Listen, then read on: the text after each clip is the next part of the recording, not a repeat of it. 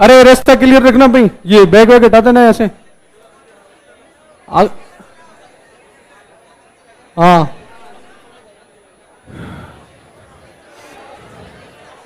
तो शेड्यूल के अंदर चेंज किया गया है। परीक्षित सियाग सर आपकी आज मोटिवेशनल क्लास लेंगे, इसलिए स्पेशल प्रोग्राम रखा गया है, जो कि आपकी क्लास के बीचों बीच धीरे धीरे वर्दी में सर पधार रहे हैं यहाँ पे। तो जोरदार खड़े होकर तालियों के साथ स्वागत कीजिए सर का। सर आपकी क्लास में आते हुए तालियों की गड़गड़ाहट रुकनी नहीं चाहिए।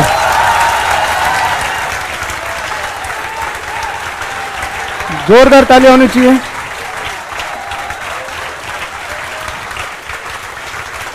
आओ सर, धन्यवाद।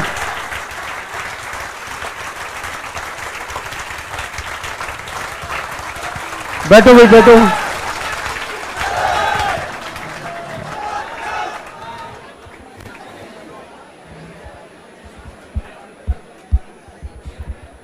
तो सर के लिए एक बार वापस जोरदार तालियां।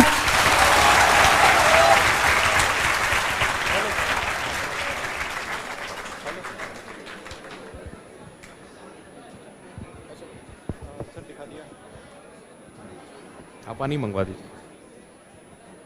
हाँ तो नवीन सर ने मना कर रखा था सर। इसको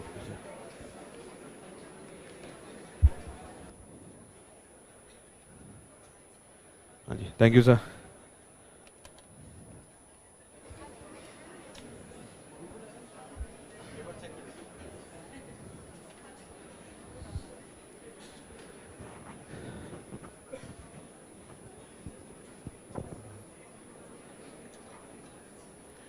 हाँ जी, आपका सेशन 5 बजे से था, सर ने बताया, लेकिन राजस्थान सरकार ने रोक लिया था तो आ नहीं सके समय पे।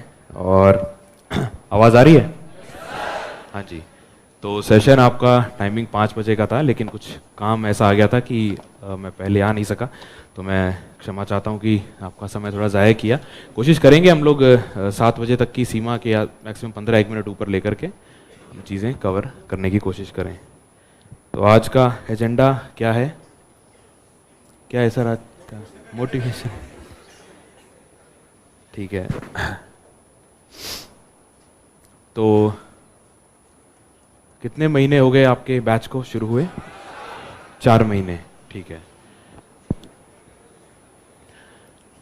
तो अभी तक कैसा लग रहा है आपको एग्जाम का?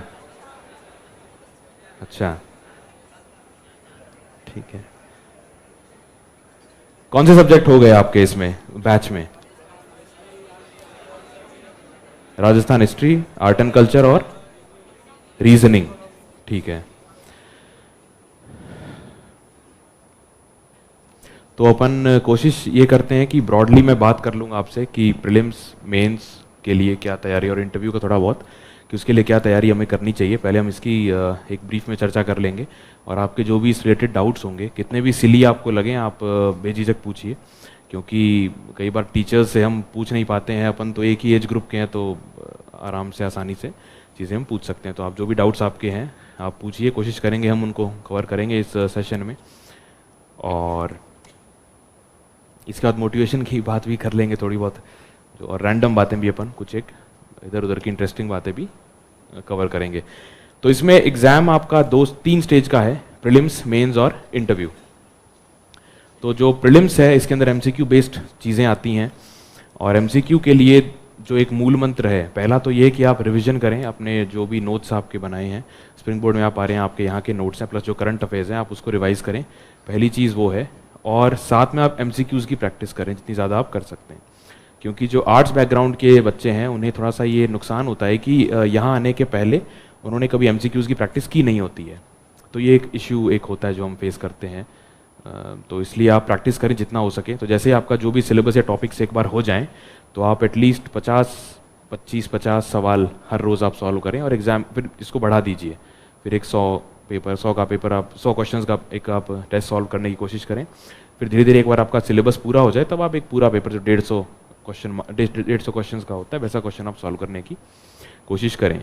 और एक रोमन सैनी सर का वीडियो है एमसीक्यू सॉल्व कैसे करना है, उसके ऊपर उन्होंने कुछ स्ट्रैटेजीज़ की बात की, कुछ टेक्निक्स की बात की है। उस वीडियो को आप अभी देख लें, आपको शायद यूट्यूब या अनअकैडमी किसी भी प्लेटफॉर्म पे मिल जाएगा, तो आप उसको अभी देख लें। और जो टेक्निक्स उन्होंने उसमें बताई है वीडियो में, वो टेक्निक्स आप अपने MCQ सॉल्व करने के दौरान उन्हें इस्तेमाल करें। तो इससे आपको ये समझ में आएगा कि MCQs अलग ऐसे हैं अन्य सवालों से, क्योंकि MCQ के अंदर आपका जो आंसर है आपके सामने है, जो 4 ऑप्शन है आंसर उसके अंदर ही है, उसके बाहर तो है नहीं, आपको बस उसे पहचानना है। तो पहचानने के लिए ज़रूरी नहीं है कि आपको उस टॉपिक का फुल एंड जो थ्रू आउट है आपको टॉपिक पता हो, ऐसा ज़रूरी नहीं है। अगर आपको पार्शियल नॉलेज भी है और उन टेक्निक्स का इस्तेमाल करके आप आंसर तक पहुंच सकते हैं। तो इसके लिए प्रैक्टिस कीजिए और उन टेक्निक्स को आप समझ करके यूटिलाइज करने का कोशिश करें। ये आपके प्रीलिम्स की बात है। इसके अलावा करंट अफेयर्स के लिए स्प्रिंग बोर्ड एकेडमी का करंट अफेयर्स का आता है, आजकल मैगजीन आती है, आप उसको फॉलो करें क्योंकि वो स्पेसिफिकली RAS के लिए बनी है, उसको आप फॉलो करें। प्लस आप एक काम और करें, जो पिछले साल के RAS के प्रीलिम्स के पेपर्स हैं वो उठा करके आप ये देखें कि उसमें करंट अफेयर्स के सवाल आ किस तरीके के रहे हैं। तो उसमें आप ये देखोगे कि कुछ एक सवाल उनके बहुत रिपीट होते हैं लगभग हर साल, they are very repetitive in nature. जैसे आपका जो कमिटीज़ हैं वेरियस हमारी विधानसभा के अंदर, उन कमिटीज़ के चेयरमैन के बारे में एक सवाल आता है, मैच दी फॉलोइंग करके, तो वो हर 2-3 साल में रिपीट हो रहा है, तो यानी कि वो हॉट टॉपिक हो गया। तो आपको कमिटी के चेयरमैन कम से कम याद करके जाने हैं। तो इस तरीके से यूल सी पैटर्न्स हैं उसमें, तो आपका करंट अफेयर्स की तैयारी आसान हो जाएगी। उसी तरीके से आप बाकी चीज़ें जो हैं, बाकी सब्जेक्ट्स हैं, उसके लिए भी आप प्रीवियस ईयर क्वेश्चन ज़रूर देखें। इसके लिए एक अच्छा एग्जाम्पल ये हो सकता है कि मान लीजिए मैं आपको NCERT की बुक दूं एक ज्योग्राफी की पढ़ने के लिए कि आपको RAS की तैयारी इससे करनी है। तो अगर आपको ये नहीं पता है कि क्या पढ़ना है, तो आप पूरी बुक, पूरी page to page, cover to cover आप उस बुक को पढ़ेंगे। लेकिन अगर आप सिलेबस देख लेंगे तो आप ये पाएंगे कि अच्छा ये पूरी बुक तो मुझे पढ़नी ही नहीं है, मुझे कुछ स्पेसिफिक टॉपिक्स है वही पढ़ने हैं, मेरा सिलेबस तो वही है। फिर अगर आप, यानी आपका जो पूरी बुक की बजाय कुछ लिमिटेड टॉपिक्स आपको पढ़ने रह गए, सिलेबस देखने का फ़ायदा नंबर 1। तो इसलिए आप आज इस बात की गांठ बांध लें कि आपको बुक पूरी नहीं करनी है। हमारे को ये मुगालता होता है कि हम बुक उठा के ले आते हैं और हम बुक पढ़ने की कोशिश करते हैं। आपको बुक नहीं पढ़नी है, आपको सिलेबस कवर करना है उस पर्टिकुलर बुक से, राइट। तो ये पहली चीज़ है। तो आप सिलेबस देख लें, तो इससे आपको अंदाज़ा लग जाएगा कि कौन से टॉपिक्स आपको करने हैं। सेकंड चीज़ ये है कि अगर आपने उन टॉपिक्स को देखने के बाद में अगर आप ये देख लें कि उन टॉपिक्स में से सवाल कैसे आ रहे हैं। फॉर एग्जांपल राजस्थान के और अयस्क जो है राजस्थान के, उस पर एक टॉपिक ज्योग्राफी में आपके है। अब आप उसका पूरा पढ़ने की कोशिश करेंगे, अच्छा कौन से और हैं, कहाँ हैं, कितने प्रकार के हैं, उस और की कितनी गुणवत्ता है, इत्यादि इत्यादि चीज़ें आप उसको पढ़ेंगे। लेकिन आप प्रीवियस ईयर क्वेश्चन उठाओगे तो आपको ये मिलेगा कि वो बस ये पूछते हैं कि मुख्य जो ओर्स हैं, राजस्थान को अजायबघर कहते हैं मिनरल्स का, 74-75 टाइप के मिनरल्स हमारे यहाँ मिलते हैं, पर आप ये देखोगे कि कुछ 4 या 5 स्पेसिफिक टाइप के मिनरल्स के बारे में ही पूछ रहे हैं। जैसे उनका फेवरेट क्वेश्चन एक ये है कि राजस्थान की किन मिनरल्स में राजस्थान का मोनोपोली है, यानी कि राजस्थान सारा प्रोडक्शन राजस्थान ही कर रहा है इंडिया में उन मिनरल्स का। तो आप ऐसे देखोगे कि उसमें भी यार बहुत स्पेसिफिक चीज़ हमें पढ़नी है। तो इसके लिए आप सिलेबस को और प्रीवियस ईयर क्वेश्चंस को ज़रूर देखें आपके हर एक सब्जेक्ट के लिए। तो इससे आपका काम बहुत ज़्यादा कम हो जाएगा, यानी कि जो शुरू में जो आप थोड़ी सी मेहनत करोगे आधे घंटे की, ये आपका काम बहुत ज़्यादा आसान बना देगी। तो ये आपको ज़रूर करना है। इसके अलावा मेंस की हम बात करें तो मेंस के अंदर ऐसा है कि मेंस में आप कितना पढ़ रहे हैं, क्या पढ़ रहे हैं, एग्जामिनर को नहीं पता है। एग्जामिनर को बस ये दिख रहा है कि जो 30-40 शीट का जो एक आंसर कॉपी उसके सामने आई है एग्जामिनर के, उस आंसर कॉपी में आपने कैसा लिखा है, आप कितने घंटे पढ़ रहे हो, नहीं पढ़ रहे हो, उसे नहीं पता है। यानी कि अगर आपने जो भी नॉलेज इकट्ठी की है, अगर आप उस कॉपी के अंदर प्रेजेंट नहीं कर पाए तो फिर वो पढ़ना बेकार है। या फिर अगर आपने कम भी पढ़ा हो बेशक, लेकिन आपको ये टेक्निक अच्छे से समझ में आ गई है कि मैं इसको कम पढ़े हुए को बहुत अच्छे तरीके से कैसे वहाँ प्रेजेंट कर सकता हूँ, तो भी आप अच्छे नंबर ला सकते हैं। तो यानी कि पढ़ने के साथ साथ इम्पॉर्टेंट है आंसर राइटिंग। कल परसों हम एक सेशन ले रहे थे, आंसर राइटिंग का सेशन था। तो उस सेशन में हमने ये देखा कि 550 का शायद एनरोलमेंट था, लेकिन सिर्फ 25 लोग बैठे थे। तो मैंने उन्हें इस बात के लिए बधाई दी कि आप लोग सीरियस, कंपटीशन आप ही लोग हैं। क्योंकि जो व्यक्ति, क्योंकि किसी का कोई ऐसा नहीं है पानी का जहाज़ चल रहा है बड़ा उन्हें काम है, कोई काम नहीं है, लेकिन वो टेस्ट लिखने भी नहीं आ रहे हैं। टेस्ट लिखा है तो उसके सॉल्यूशंस जानने के वो इच्छुक नहीं है, इसका मतलब वो सीरियस नहीं है। ऐसा नहीं कि मेरी क्लास में आते तो कुछ सीरियस हो जाते, नहीं। पॉइंट इज दिस दैट उस 30-40 पेजेस में आपको अपना प्रेजेंटेशन सुधारना है, टारगेट आपका वो है, तो आपके 2 स्तंभ हो गए मेंस की पढ़ाई के। डिस्टर्बेंस आ रहा है कि आवाज़ आ रही है? जी, थोड़ा सा कम कर दो, शायद ज़्यादा तेज़ है। तो मेंस की पढ़ाई के 2 स्तंभ हो गए आपके, पहला आपका रिवीजन और दूसरा उस रिवीजन का जो पढ़ रहे हैं कंटेंट उसका प्रेजेंटेशन पार्ट। सो आपके 2 हिस्से हैं मेंस की तैयारी के। अब हम बात कर लेते हैं जो पहला स्तंभ है आपके मेंस का कि आप पढ़े कैसे। तो पढ़ने के लिए आप ये कीजिए कि आपको सिलेबस पता है, प्रीवियस ईयर क्वेश्चन पता है, आप क्वेश्चंस को निशान लगाइए, आइडेंटिफाई कीजिए कि पूछ क्या रहे हैं, किस तरीके की चीज़ें आपको उसमें पढ़नी है, नंबर 1। ये आप करने के बाद में जो आपके नोट्स हैं, मेरे ख्याल से स्प्रिंग बोर्ड के नोट्स अच्छे हैं, मैंने स्प्रिंग बोर्ड के नोट्स प्लस वैल्यू एडिशन मैंने मेरा किया था। आप शायद उस क्लास में थे ना, आंसर राइटिंग वाली में? आप नहीं थे क्या? आपके आगे आप नहीं थे? अच्छा ठीक है, आपके जैसा दिखने वाला एक था वहाँ पे। खैर, तो हाँ, मुझे वही लगा था कि बिना सिलेबस पूरे टेस्ट कैसे लिखा आपने। ठीक है, तो हाँ, तो स्प्रिंग बोर्ड के नोट्स मैंने रेफ़र किए थे और मैंने वैल्यू एडिशन किया था उसके अंदर। तो आप क्या करेंगे, आप स्प्रिंग बोर्ड के नोट्स उठा लीजिए, आप यहाँ आ ही गए हैं तो आप यहाँ के नोट्स ही रेफ़र करेंगे। तो आप उसमें बजाय मार्केट में अन्य नोट्स के पीछे भागने के, आप 2 में से एक काम कर सकते हैं। वैल्यू एडिशन कैसे करेंगे?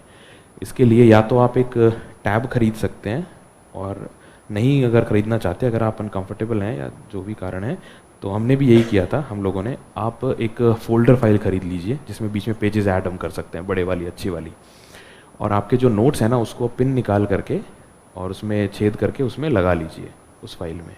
अब इससे फ़ायदा ये होगा, मान लीजिए आप एक टॉपिक पढ़ रहे हो, साइकोलॉजी, ये क्या है? अच्छा, कौन सा प्लस? पता नहीं यार। अच्छा ये, हाँ जी, इस पे लिखेगा? नहीं, वो स्क्रीन चालू करो। हाँ जी, क्या बात कर रहे थे हम? हाँ जी, तो अब मान लिया आपको वैल्यू एडिशन कैसे करना है आपके नोट्स में। फॉर इंस्टेंस आप पढ़ रहे हो टॉपिक साइकोलॉजी मेंस के अंदर है, राइट?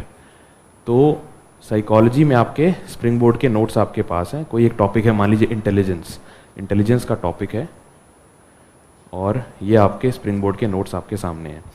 2 या 3-4 बार आपने ये नोट्स पढ़ लिए, अब आपको उसमें वैल्यू एडिशन करना है। उसके लिए आप क्या करोगे, 3-4 बार आपको ये पढ़ा होना चाहिए, वरना इसका फ़ायदा है नहीं। तो आप क्या करोगे, NIOS एक वेबसाइट है, IGNOU, Indira Gandhi national open university वालों का कंटेंट मिलता है इसके ऊपर। तो इसमें जो है सभी सब्जेक्ट्स के, हिंदी और इंग्लिश के अंदर ऑलमोस्ट एवरी सब्जेक्ट का उसमें नोट्स मिलेगा आपको। तो आप उसमें देख लीजिए, साइकोलॉजी को डाउनलोड कीजिए नोट्स को। साइकोलॉजी में आप इंटेलिजेंस का चैप्टर या टॉपिक खोलिए, उसको आप पढ़ लीजिए। पढ़ करके जो पॉइंट्स आपके इन नोट्स में नहीं हैं, उन पॉइंट्स को आप उठा करके इसमें लिख लेंगे। लेकिन क्योंकि आपने इसमें पेज ऐड कर सकते हैं, वरना तो आप जगह नहीं है ना। आप मान लीजिए रिटर्न नोटबुक, उसमें कितनी लाइनें लिख सकते हैं आप? 3 या 4 ज़्यादा आप नहीं लिख सकते। लेकिन आप उसमें अगर बीच में पेज ऐड कर सकते हैं तो आप कितनी भी इन्फॉर्मेशन उसमें डाल सकते हैं। तो ये है आपका वैल्यू एडिशन। इससे आपके नोट्स की क्वालिटी इंप्रूव हो गई, क्योंकि इस क्लास में जितने लोग बैठे सबके पास स्प्रिंग बोर्ड का है, प्लस और भी बैचेस चल रहे हैं। तो आपका आंसर अलग कैसे होगा, आपका सिलेक्शन कैसे होगा, क्यों होगा? इन चीज़ों से होगा, क्योंकि आपका आंसर आप बेटर बना रहे हैं बाकियों के मुकाबले। तो वैल्यू एडिशन कीजिए। वैल्यू एडिशन कहाँ से करेंगे? Source number 1 NIOS, source number 2 value addition का हो सकता है इंटरनेट। इसके लिए आप क्या करेंगे, उस पर्टिकुलर टॉपिक को इंटरनेट पे सर्च कीजिए, कोई अच्छी सी चीज़, ज़्यादा नहीं, बस इसमें 5-10 मिनट लगाओ, क्योंकि टाइम आप कितना भी लगा सकते हो, PhD भी कर सकते हो इंटरनेट पे तो, लेकिन 5-10 मिनट लगाओ, कुछ अच्छी चीज़ मिलती है टॉपिक से रेलिवेंट, वहाँ पे लिख लो। तीसरी चीज़ आप क्या करेंगे, तीसरी चीज़ आप इसमें करंट अफेयर्स ऐड करेंगे। जैसे मान लीजिए इंटेलिजेंस है, कोई नई थ्योरी आ गई इंटेलिजेंस की, कुछ नई फाइंडिंग है, कहीं आपको नेट पे मिल गई, अखबार में आ गई, तो आप इसमें ऐड कर लेंगे। या पॉलिटी आप पढ़ रहे हैं, पॉलिटी में कुछ नया अमेंडमेंट हो गया, तो वो आप इसमें ऐड कर लेंगे। करंट अफेयर्स के लिए सोर्सेज आपके क्या हो सकते हैं? Either you can use newspapers, जो आप डेली पढ़ रहे हो, ज़्यादा उसकी बात अपन कर लेंगे। दूसरा सेम इंटरनेट, इंटरनेट पे कोई भी टॉपिक सर्च किया, उस पर न्यूज़ में सर्च करो, लेटेस्ट उससे रिलेटेड चीज़ें आ जाएंगी। तो ये चीज़ें से आप वैल्यू एडिशन कर सकते हैं। अब दूसरी चीज़ आती है जो प्रेजेंटेशन पार्ट है, उसको हम इम्प्रूव कैसे करेंगे। पहली चीज़ प्रेजेंटेशन, जो आप आंसर्स लिखते हैं, सबसे पहली चीज़ होती है विजिबिलिटी। एग्जामिनर को फ़र्क नहीं पड़ता है कि आप कितनी परेशानी में हैं, कि मतलब आपका एग्ज़ाम से आपका क्या चीज़ें जुड़ी हुई हैं जीवन की। उनके लिए ये एक काम है जिसके लिए उनको पैसा दिया जा रहा है और उन्हें ये काम को डेली करना है। तो आप ये समझिए, ज़्यादा वो इन्वेस्टेड इस काम में कोई भी नहीं हो सकता है। आप भी नहीं होंगे। अगर आप होंगे तो आप अपने साथी की कॉपी चेक करने की कोशिश करो। आप 10-15 मिनट में उसको, 5 मिनट में उसको आप शायद, क्योंकि आप तैयारी करो शायद आप फिर भी ध्यान दोगे, तो मैक्सिमम 5-1 मिनट में एग्जामिनर आपकी कॉपी, पूरी कॉपी चेक कर सकते हैं, करते भी हैं। तो आपको नंबर वो क्यों देंगे, कब देंगे? जब आपके पॉइंट्स की विजिबिलिटी ज़्यादा होगी, यानी कि उन्हें मेहनत ना करनी पड़े पॉइंट्स ढूंढने के लिए। राइट, आपका काम है, आपका काम ये नहीं है कि मैंने लिख दिया आप पढ़िए, नहीं। आपका काम ये है कि मैंने ऐसे लिख दिया कि सर आपको बिना पढ़े भी मैं दिखा दूंगा मैंने क्या लिखा है। That's called visibility. For example, लिखने का तरीका, जैसे आप एक पैराग्राफ फॉर्म में लिख रहे हैं, कुछ भी, ठीक है। फॉर एग्जाम्पल कोई नोट्स देना, कोई भी, किसी भी चीज़ के। हाँ जी, फॉर एग्जाम्पल, ठीक है, ये है जैसे ये क्या है भाई,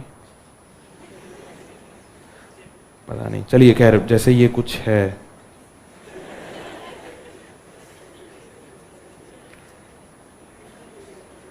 अच्छा ये है अशोक, क्या है, अशोक का धम्म। मान लीजिए इसके ऊपर आपके पास एक शॉर्ट नोट आ जाए लिखने के लिए, अशोक का धम्म। तो आपके पास दो ऑप्शन क्या है कि अशोक का धम्म, जैसे इन्होंने पॉइंट वाइज लिखा है कि अशोक की आचार संहिता थी, इसका बौद्ध धर्म से कोई संबंध नहीं था, इस पर थोड़ा बहुत प्रभाव बौद्ध धर्म का भी था, और द्वितीय वृहत स्तंभ में धम्म की परिभाषा मिलती है। ये 5 लाइनें हैं। अब अगर इन लाइनों को ये रनिंग में भी लिख सकते हैं, इसका बौद्ध धर्म से कोई वास्ता नहीं था, इत्यादि इत्यादि इत्यादि इत्यादि इत्यादि। या फिर मान लीजिए बौद्ध धर्म जो धम्म जो था अशोक का, उसमें कुछ एक पॉइंट्स भी थे कि आप नौकरों से अच्छा व्यवहार करेंगे, अपने माता पिता की सेवा करेंगे, इस तरह की बहुत बेसिक सी बातें थी उसमें धम्म में, कुछ बहुत धार्मिक चीज़ें नहीं थी। वो एक कोड ऑफ कंडक्ट था जनरल लाइफ के लिए कि मेहमानों की सेवा करो, गरीबों पे दया करो, इत्यादि इस तरह की, झगड़ा मत करो, लड़ाई मत करो, धर्म के नाम पे मत लड़ो, इस तरह की उसमें बेसिक बातें थी। तो अगर मैं उन सब बातों को रनिंग में लिखूंगा तो आप जब तक उसको पढ़ेंगे नहीं, आपको समझ में नहीं आएगा पूरा पढ़े बिना कि इन्होंने क्या लिखा है। लेकिन अगर आप ये करते हैं, जैसे आपकी ये लाइंस हैं, इसमें आप पॉइंट नंबर 1, इसका कोई धार्मिक वो नहीं था, पॉइंट नंबर 2, तो इससे आपके पॉइंट की विजिबिलिटी बढ़ गई। एक साइकोलॉजिकल प्रभाव क्या पड़ता है, अगर आपने एक पैराग्राफ लिखा हुआ है तो आपको पता नहीं कितनी इन्फॉर्मेशन उसके अंदर स्टोर्ड है, लेकिन अगर आप 5 पॉइंट लिख देंगे ना, 1 2 3 4 5 नंबरिंग कर देंगे, नंबरिंग इसका पहला एस्पेक्ट है, नंबरिंग या फिर पॉइंटर्स। तो इससे एक साइकोलॉजिकल प्रभाव पड़ता है कि इस व्यक्ति को बहुत ज़्यादा आता है और इसने कितना उसको वो किया। पहली चीज़ ये है, ये हो गई विजिबिलिटी की बात। पहली चीज़ हमने क्या बात की आपकी, नंबरिंग और पॉइंटर्स। दूसरी थिंग है, जो आपने कोई भी इंपॉर्टेंट फैक्ट या कुछ भी इंपॉर्टेंट डेटा अगर आपने उसमें डाला है तो आप उसको अंडरलाइन मत करो, क्योंकि यार ये अपने RAS की कॉपीज़ पहले ही लाइंड होती हैं, आपने देखी होंगी। तो उसमें अगर मैं अंडरलाइन करूँगा तो वो इतना दिखेगा नहीं अच्छे से, तो आप इसको बॉक्स कर दीजिए। राइट, जैसे 23.32% कुछ डेटा है मान लीजिए, तो उसको बॉक्स कर देंगे तो उन्हें दिख जाएगा कि हाँ इन्होंने कुछ डेटा लिखा है जो आप दिखाना चाह रहे हो। राइट, कुछ लोग अलग अलग पेन इस्तेमाल करते हैं, कुछ लोग हाइलाइटर भी इस्तेमाल करते हैं। तो मेरे ख्याल से ऐसा मत करना, क्योंकि ऐसा सुना है मैंने कि वो स्कैन होके मोनोक्रोमैटिक ब्लैक एंड वाइट में जाती है कॉपी, तो हाइलाइटर तो सब कवर हो जाएगा और कलर्ड पेन सब एक जैसे दिखेंगे। तो वो मेहनत मत करना, ये वाले पॉइंट्स ये यूज़ करना, बॉक्सिंग यूज़ कर देना। ठीक है, आपका जो भी हेडलाइंस है, जैसे आपका 10 मार्कर क्वेश्चन है कोई, तो 10 मार्कर में अगर कुछ आप वो यूज़ कर रहे हैं, क्या सब हेडिंग्स हैं अगर आपकी, तो 10 मार्कर में जैसे 2 या 3 पार्ट्स होते हैं आमतौर पे, 2 पार्ट्स तो हो ही जाते हैं, 3 तो नहीं होते हैं। तो अगर 3 पार्ट्स हैं ना, तो आपको एग्जामिनर को आंख बंद करके भी दिखना चाहिए कि यहाँ पहले पार्ट का आंसर है, यहाँ दूसरे पार्ट का आंसर है। चाहे तो बीच में एक पैरा छोड़ दें आप, चाहे एक हेडलिंग डाल करके उसको बॉक्स कर दें। राइट, उन्हें ये समझ में आना चाहिए कि 2 पार्ट है, दोनों इसने लिख लिए हैं। ऐसा नहीं उन्हें ढूंढना पड़ रहा है कि दोनों पार्ट लिखे हैं कि नहीं लिखे हैं। This is visibility. ठीक है, और बॉक्सिंग हो गई, विजिबिलिटी हो गई। ठीक है, दूसरा जो आंसर राइटिंग का वो ये है कि अगर एक कॉपी अगर आप उठाते हैं, जैसे ये देखिए इन्होंने अच्छे से बॉक्सिंग वगैरह आपने की, एग्जाम में किसका था आपका था ना, एग्जाम में ऐसे ही करना। एक कलर्ड पेन की ज़रूरत नहीं है, ये आपका रिवीजन के लिए काम का हो सकता है, बट वहाँ पे वो कलर्ड पेन काम नहीं आएगा। बट बॉक्स आप अच्छा कर रहे हो, इसको आप कंटिन्यू करो। दूसरी चीज़ इसमें ये है कि क्या कह रहे थे अपन, यस, डायग्राम्स। अगर आप एक बुक लेकर के आते हैं मार्केट जिसमें रनिंग पैराग्राफ, रनिंग लाइन्स है, it will be boring, right. लेकिन अगर आप एक ऐसी बुक लेकर के आते हैं जिसमें डायग्राम्स हैं, फ्लो चार्ट्स हैं, एक विजुअल फॉर्म में इंफॉर्मेशन दी गई है, तो एक आपने सुना ही होगा कि हम जो ह्यूमंस हैं, हमारा जो हार्ड वायर्ड है, बायोलॉजी हमारी हार्ड वायर्ड है, विजुअल उसके लिए पढ़ने के लिए उतनी नहीं है, तो इसलिए हमें देखने वाली चीज़ ज़्यादा याद रहती है, राइट। आपको सेम ट्रिक यूज़ करनी है, draw diagrams, draw flow charts wherever possible. कैसे, एक एग्जाम्पल देता हूँ आपको। जैसे कल हमने एक क्वेश्चन पेपर वाली क्लास ली थी, उसमें डिस्कस किया था हम लोगों ने। तो उसमें क्या था कि जैसे फॉर एग्जांपल क्वेश्चन ये था, इम्पॉर्टेंस ऑफ ऋण। ऋण की क्या, एथिक्स में एक टॉपिक है, ऋण की क्या महत्व क्या है ऋण का एडमिनिस्ट्रेशन के अंदर। तो इसमें आप सबसे पहले तो डिमांड देखो क्वेश्चन की, राइट। हाँ, इसमें एक और इम्पॉर्टेंट पॉइंट वो चलो आगे आ जाएगा कि हमेशा जो आपका आंसर है वो क्वेश्चन की डिमांड फुलफिल करता हुआ होना चाहिए। अगर आप कुछ और लिखेंगे तो आपको नंबर वो नहीं देंगे, क्योंकि आपसे जो पूछा नहीं आप वो बता रहे हो, राइट। तो क्वेश्चन क्या था, ऋण का महत्व क्या है एडमिनिस्ट्रेशन के अंदर। तो आप ऋण की डेफिनेशन तो नहीं पूछी है ना, तो आप सीधा शुरू करेंगे ऋण का महत्व क्या है। लेकिन अगर मान लीजिए वो 10 मार्कर में है, ये 5 मार्कर में, तो सीधा आप hit the nail on the head, start writing what ever is asked. लेकिन अगर 10 मार्कर में है तो आप ये चीज़ कर सकते हैं। ऋण 3 टाइप का होता है, देव ऋण, ऋषि ऋण, पितृ ऋण वगैरह। इसको आप कर दो बॉक्स। इसमें आपको लगे सिर्फ 5 से 7 सेकेंड, लेकिन आपने एक डायग्राम बना दिया जो उसके रेलेवेंट है, कि माना आपने ये पूछा नहीं था लेकिन मेरे आंसर को और क्लैरिफाई कर रहा है कि ऋण होता क्या है। इस तरीके की चीज़ें आप बनाएंगे तो आपको आधा आधा नंबर आप एग्जामिनर के हाथ से ले लोगे। उसको देने पड़ेंगे कि अरे अच्छा कैंडिडेट है, अच्छा लिखा है इसने। और ये आधा आधा नंबर की लड़ाई है। अगर आप ये सोचिए कि जैसे एक पेपर में लगभग 30-40 क्वेश्चंस होते हैं, राइट। अगर आधा आधा नंबर भी आप लेके जा रहे हो ज़्यादा, तो आपने एक पेपर में 15 नंबर ले लिए, सब में नहीं लिए आधे आधे, आपने ले लिए 15 नंबर, एक पेपर में ज़्यादा, 4 पेपर में हो गए वो 60 नंबर। 60 नंबर का मतलब 600 रैंक ऊपर या नीचे, तो 600 रैंक तो बहुत होती है। बस आधे आधे नंबर का गेम है। आधा आधा नंबर कैसे खींचना है वो मैं आपको बता रहा हूँ। पढ़ते सभी लोग हैं, आधा आधा नंबर यहाँ ज़्यादा आता है, विजिबिलिटी जिनकी ज़्यादा है, नंबरिंग की है, बॉक्सिंग की है, डायग्राम्स बना के उसको इंटरेस्टिंग बना दिया है, आधा आधा नंबर आप वहाँ खींचते हो। बाकी पढ़ते सब यही है, कोई ऐसा नहीं है भी आपके पास छुपी हुई किताब है, या मेरे पास कोई छुपी हुई किताब थी। स्प्रिंग बोर्ड के नोट्स थे मेरे पास भी, मैंने वैल्यू एडिशन किया वगैरह वगैरह, ठीक है। और आंसर राइटिंग आप इम्प्रूव कैसे कर सकते हैं मेंस की। विजिबिलिटी पे हमने बात कर ली, क्वेश्चन की डिमांड है उसको आप फुलफिल कीजिए, डायग्राम्स बनाइए, डेटा वगैरह जो भी है रेलेवेंट उसको डालिए, एग्जाम्पल्स, यस। आप ये करेंगे, आपके जो भी टॉपिक्स हैं, सिलेबस आपको सरकार ने दिया हुआ है कि हम इसी में से पूछेंगे, इसके बाहर हम नहीं जाएंगे। तो आप एक काम करो, जो भी सिलेबस का टॉपिक आप पढ़ रहे हो ना, उसके रेलेवेंट एग्जाम्पल इंटरनेट से ढूंढ लो। अब एग्जाम्पल के नाम पे हम लोग क्या करते हैं, जब हम मेहनत नहीं करेंगे ना बैकग्राउंड में एग्जाम्पल्स पे, तो हमारे एग्जाम्पल्स कैसे होंगे, गांधी जी के, कलाम साहब के, रविंद्रनाथ टैगोर के, गौतम बुद्ध का लिख दिया तो ऐसा लगता है मैं तो क्या लिख के आ गया हूँ। ये बहुत घिसे पिटे हैं, हर आदमी, हर औरत, हर कैंडिडेट यही लिख रहा है। नए एग्जाम्पल्स लिखो, पार्वती अम्मा जिन्हें पद्मश्री मिला था वो पेड़ लगाने के लिए, राइट, न्यू एग्जाम्पल्स। अब आपसे मैं कुछ पूछूं, आप एक तो किसी पिटी बात कर रहे हो कि साहब गांधी जी ने एक बार बचपन में चोरी की और अपने पिताजी को खुद ही बता दिया। 5000 बार सुन चुके हैं सब लोग ये बात। आप कुछ नई चीज़, कुछ नया एग्जाम्पल लेकर के आओ, कोई नई स्टडी लेकर के आओ। बस 5 मिनट की मेहनत है आपकी इंटरनेट की, नोट्स बना लोगे आपका और उस एग्जाम्पल को लिख करके just box set, examiner will fall in love with your copy कि ये कितना अच्छा लिखा है। आधा आधा नंबर यहीं से खींचोगे आप, इन्हीं चीज़ों से। इसके अलावा एक जो सवाल डाउट आता है वो ये आता है कि कितना लिखें। 15 वर्ड, दो मार्कर में 15 वर्ड्स की लिमिट होती है, देते देते हैं 5 लाइन, उसमें आप 50 वर्ड लिख सकते हो। 5 मार्कर में दे देते हैं आपको 7 से 8 लाइन, उसमें आप 100 वर्ड आराम से लिख सकते हो। 10 मार्कर में आप आराम से 150-200 शब्द लिख सकते हो, शब्द सीमा है उसकी 100। तो मेरा ये मानना है, मैंने इस बारे में पूछा भी था कुछ एक लोगों से, मेरा ये मानना है कि आप पूरा उसको भरिए, पूरा उसको भरना है आपको, इससे आपको फ़ायदा ही मिलेगा। और भरना किन चीज़ों से, इन सब चीज़ों से, अच्छी चीज़ों से, भरने के नाम पे नहीं भरना, चीज़ों से भरेंगे तो you will get more marks. इसके अलावा मैप्स वगैरह आपको बनाने, ज्योग्राफी का क्वेश्चन आए तो मैप के बिना वो जाना ही नहीं चाहिए, ये कसम खा लो कि ज्योग्राफी का क्वेश्चन है तो मैं मैप बनाऊंगा या बनाऊंगी। मैप कौन सा, प्रैक्टिस कर लो छोटे से इंडिया का मैप, ठीक है, इंडिया का मैप की प्रैक्टिस कर लो, राजस्थान के मैप की प्रैक्टिस कर लो कि 5-7 सेकंड में आप छोटा सा मैप एक बना सको। जगह आपके पास लिमिटेड है, छोटा मैप बनाना है आपको, बहुत बड़ा मैप नहीं बनाना है। So try to do that, practice करोगे तो आपका वहाँ 4-5-6 सेकंड में मैप बन जाएगा। आधा आधा नंबर आप ऐसे खींचोगे एग्जामिनर से। इसके अलावा क्या हो सकता है और, विजिबिलिटी की बात कर ली हमने, मैप वगैरह, डेटा पॉइंट्स, एग्जाम्पल्स की बात कर ली। एग्जाम्पल आपको लिखने या ढूंढ लेना पहले से, वरना एग्जाम्पल याद नहीं आते हैं एग्जाम में। आप सोचोगे वहीं लिख लूँगा तो वो गांधी जी याद आएंगे, गांधी जी पे नंबर नहीं मिलते, क्योंकि वो घिसी पिटी बातें होगी ना यार, कुछ तो नया लिखो आप, कुछ तो अलग लिखो, उसी बात का वो है। बाकी सब्जेक्ट वाइज बात अपन कर लेंगे फिर कभी। ओवरऑल ये अप्रोच इसकी है।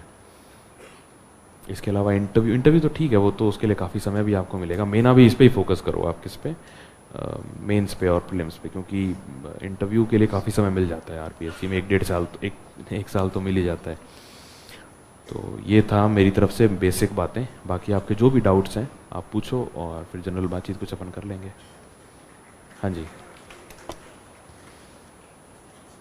ये सेशन ख़त्म नहीं हुआ अभी, कुछ डाउट्स हैं तो आप पूछिए। हाँ जी, टैबलेट नहीं, ज़रूरत नहीं है लेने का।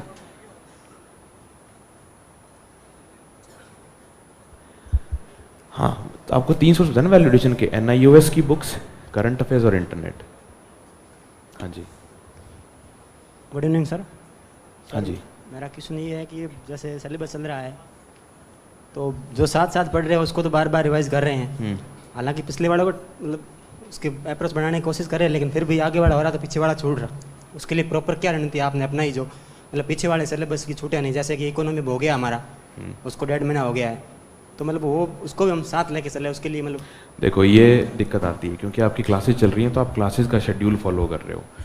अब जैसे पहले इकोनॉमिक्स हो गई, आपने उस टाइम पढ़ी, आपको समझ में आ गई, याद हो गया। अभी शायद आर्ट एंड कल्चर चल रहा है तो आप उसको कर रहे हो, तो इसलिए ज़्यादा पैनिक नहीं करना है। इसमें आपने एक बार चीज़ें समझ ली है ना, तो वो आपको जब रिवीजन करोगे तो उसी के लिए रिवीजन होता है, राइट। तो आप वो इतना फेथ रखो, वो हो जाएगा, ज़्यादा परेशान नहीं होना उसके लिए। अगर बहुत ज़्यादा ऐसी कोई तो एक टेक्निक होती है, आप चाहो तो यूज़ कर सकते हो समय के हिसाब से। वो क्या होता है, अल्ट्रा फैक्चुअल चीज़ें जो होती है ना, उनको याद करने के लिए एक टेक्निक मैं यूज़ किया करता था, आप भी कर सकते हो। दिन में 20-20 मिनट के 2 सेशन रखो, उसके अंदर जो अल्ट्रा फैक्चुअल चीज़ें हैं, जैसे राजस्थान में नदियों के नाम, नदियों की जो ट्रिब्यूटरीज़ हैं, उद्गम स्थल, लंबाई वगैरह, ये सब चीज़ें पूछ लेते हैं, उन सब के नाम, ओर्स कहाँ मिलते हैं, मिनरल्स के वगैरह, ये अल्ट्रा फैक्चुअल चीज़ें हैं। तो आप इन चीज़ों को डिवाइड कर लीजिए कि जैसे अब मैं राजस्थान की सारी नदियों के उद्गम और ये सब याद करूँगा, 20 मिनट देने हैं, जितनी नदियाँ हो जाएँ ठीक है, बाकी कल परसों ऐसे करके, तो 5-7 दिन में आप एक टॉपिक उठा के पूरा कर दोगे, फिर अगला उठाओ, अगला उठाओ, अगला उठाओ, धीरे धीरे 2-3 महीने में आपको सब याद हो जाएगा। तो ये सब अल्ट्रा फैक्चुअल चीज़ें जो हैं, जो लगातार रिवीजन चाहिए, उसके लिए आप ये टेक्निक यूज़ कर सकते हो, ठीक है।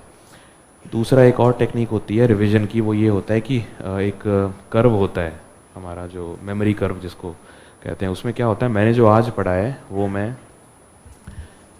24 घंटे में उसको मैं 90% कोई भी व्यक्ति भूल जाएगा। That's how our memory works, ठीक है। जैसे आज मैंने पढ़ा है तो 24 घंटे में ये 90% मैं भूल जाऊंगा। हेलो सर, है कौन? हाँ जी सर, ऐसा मोटिवेशन, डेडिकेशन, पैसेंस दो कि सर फर्स्ट चांस में आरपीएससी निकाल ले। चलो कोई बात नहीं, पहले इसको डिस्कस कर लेते हैं अपन। तेरे को बोल रहा हूँ रुक रुक रुक, फिर भी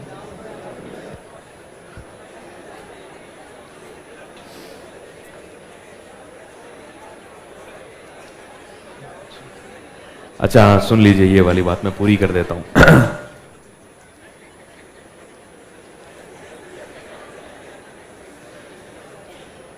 तो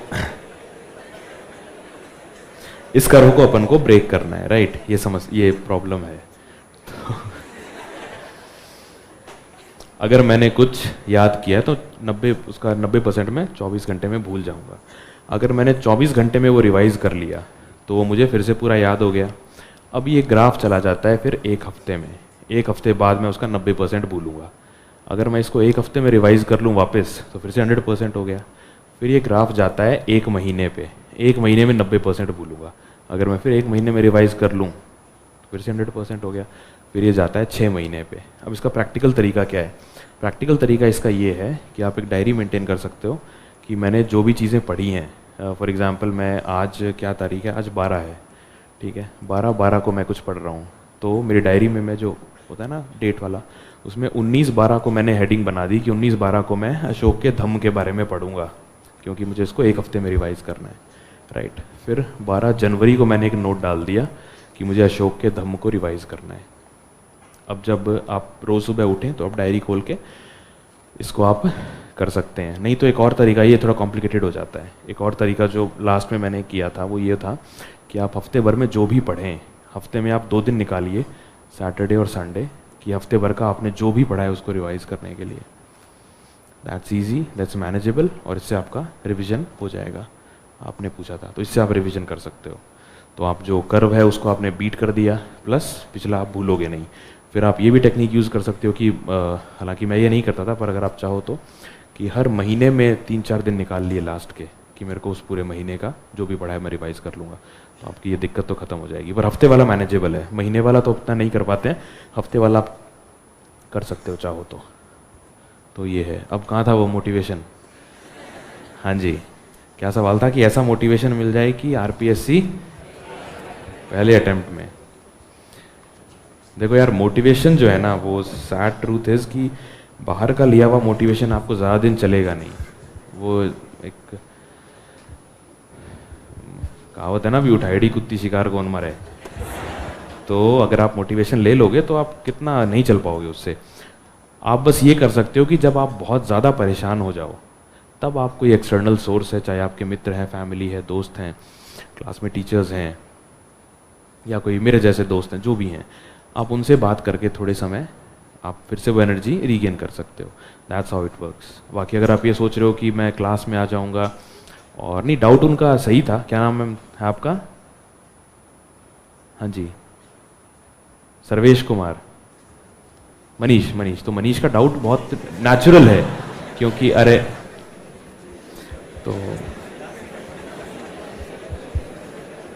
तो मनीष, इनका डाउट बहुत नेचुरल है कि होता ही है ना यार, कि एक बेचैनी होती है कि जल्दी से बन जाएं। तो बात इनकी बहुत अच्छी है, लेकिन बाहर का मोटिवेशन आपको ज़्यादा दिन नहीं चला पाएगा, आपको अंदर ही मोटिवेशन लाना पड़ेगा। अंदर का मोटिवेशन कहाँ से आएगा? इसका उत्तर आपके खुद के पास है कि आप यहाँ आए क्यों थे। और ऐसा ज़रूरी नहीं है कि बहुत कोई बड़ा रीज़न हो कि साहब कुछ ज़्यादती हो गई, मेरे को उसे ठीक करना है, ज़रूरी नहीं है। नॉर्मल एक अच्छा जीवन आप जीना चाहते हो, आपको ऐसा लगता है कि आप प्रशासनिक सेवा में, जो कि ये समाज में एक अच्छी इज्जत है, ताकत भी है, अथॉरिटी भी है कि आप कुछ काम कर सकते हैं, आपको अथॉरिटी चाहिए, आपको वो काम करना है। ये भी एक अपने आप में कारण है, समाज के लिए अच्छा करना है, खुद के लिए अच्छा करना है, परिवार के लिए अच्छा करना है। तो ये सब कारण तो आपको खुद ही ढूंढने होंगे, वो आपका प्राइमरी मोटिवेशन है। फिर आपको छोटी मोटी दिक्कतें कभी आ रही हैं, कभी परेशान हो गए, तो आप उसके लिए कोई बात नहीं, डोंट वरी, जस्ट हफ्ते में 1 दिन का ब्रेक लो, 5-6 दिन अच्छे से पढ़ो, 1 दिन का ब्रेक लो, ज़रूर लेना आप लोग, क्योंकि आपको फिर लंबा तैयारी करनी है आपको। बहुत से लोग शायद ग्रेजुएशन के अंदर ही होंगे अभी, तो वे एलिजिबल भी नहीं होंगे या जैसे भी है, तो आप अपनी उसके हिसाब से 1 दिन का ब्रेक लें आप, जिसमें आप कम्प्लीटली रिलैक्स करेंगे। इससे ये होगा कि आप रिचार्ज हो जाएंगे मंडे को, जब आप दोबारा तैयारी शुरू करेंगे। तो ये आप फॉलो करना, ये मैं सोचना 1 दिन ख़राब हो रहा है, कुछ नहीं हो रहा है, बहुत लंबा चल रहा है, मैराथन दौड़नी है अभी। तो ये चीज़ है।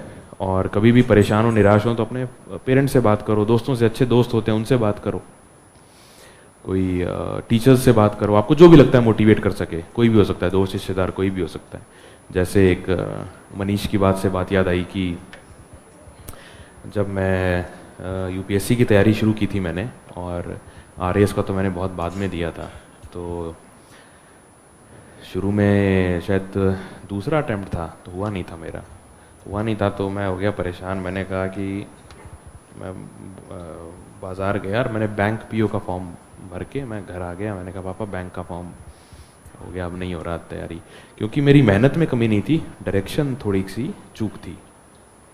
तो मुझे लगा कि यार जिनको मुझसे कम नॉलेज है वो लोग क्लियर कर रहे हैं, ये कर रहे हैं, मैं क्यों नहीं कर रहा हूँ। तो पापा ने मुझे एक ही लाइन कही थी कि बस इतना ही था क्या, हो गया।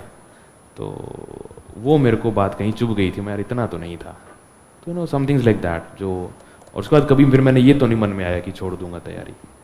उसके बाद भी कई बार निराशा झेली, बहुत परेशान, मतलब पढ़ पढ़ के परेशान हो गए, रिजल्ट नहीं आ रहा है, इंटरव्यू दिया, इंटरव्यू में नहीं हुआ, लगातार दो इंटरव्यू दिए, नहीं हुआ। लेकिन मुझे वो बात हमेशा याद रही थी कि बस इतना ही था क्या। तो इस तरह की कोई भी चीज़ आपके जीवन में हो सकती है, वो आपको मोटिवेट कर सकती है, पर मेन वो ये आग आपके अंदर से ही आएगी।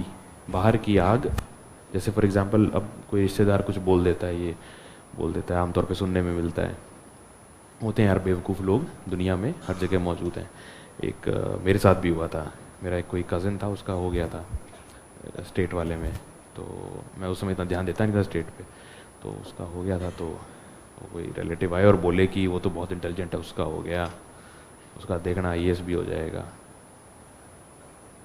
तो कुछ नहीं बोला मैं, और इट्स इंसल्टिंग राइट, मैं कोई आपके मुंह पे ये कह रहा है कि वो इंटेलिजेंट है, उसका हो गया, मतलब मैं क्या हूँ, ठीक है, वो थोड़े ही हूँ। तो बहुत बुरा लगा, बहुत गुस्सा आया, लेकिन याद है मुझे रात में कभी नींद आती थी, मेरे को बात याद आ जाती थी अपने आप, सोना तो नहीं है, ठीक है यार, हर एक का अपना लर्निंग कर्व है, हर एक का अपना तैयारी का वो है, समय आप किसी को कम ज़्यादा लग सकता है, बट ड्रिवन रहो, मोटिवेटेड रहो, परेशान मत हो, लंबी दौड़ है यार।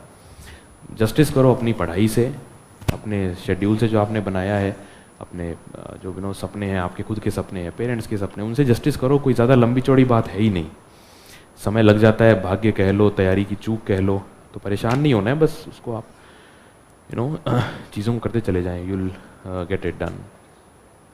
और इसके अलावा जो एक दो और बातें हैं वो ये हैं कि जैसे अभी ठीक है, यू आर ऑल यंग, तो डिस्ट्रैक्शन इस एज में हम सभी को होते हैं, तो इसके लिए यही है कि आप एक हॉबी चुन लें पॉजिटिव, क्योंकि जब हमारे पास खाली समय होता है ना, तो एक वो कहावत है, खाली दिमाग शैतान का घर। तो smoking, drinking etcetera, all these things we do when we don't have anything to do. जब हम कुछ कर रहे होते हैं तो हमारे दिमाग में इतना विचार नहीं आता है कि ये सब चीज़ें करें, तो आप एक पॉजिटिव हॉबी ढूंढ लें, कोई भी हॉबी हो सकती है, वो आपको उसमें भी काम आएगी। एक सेकेंड यार,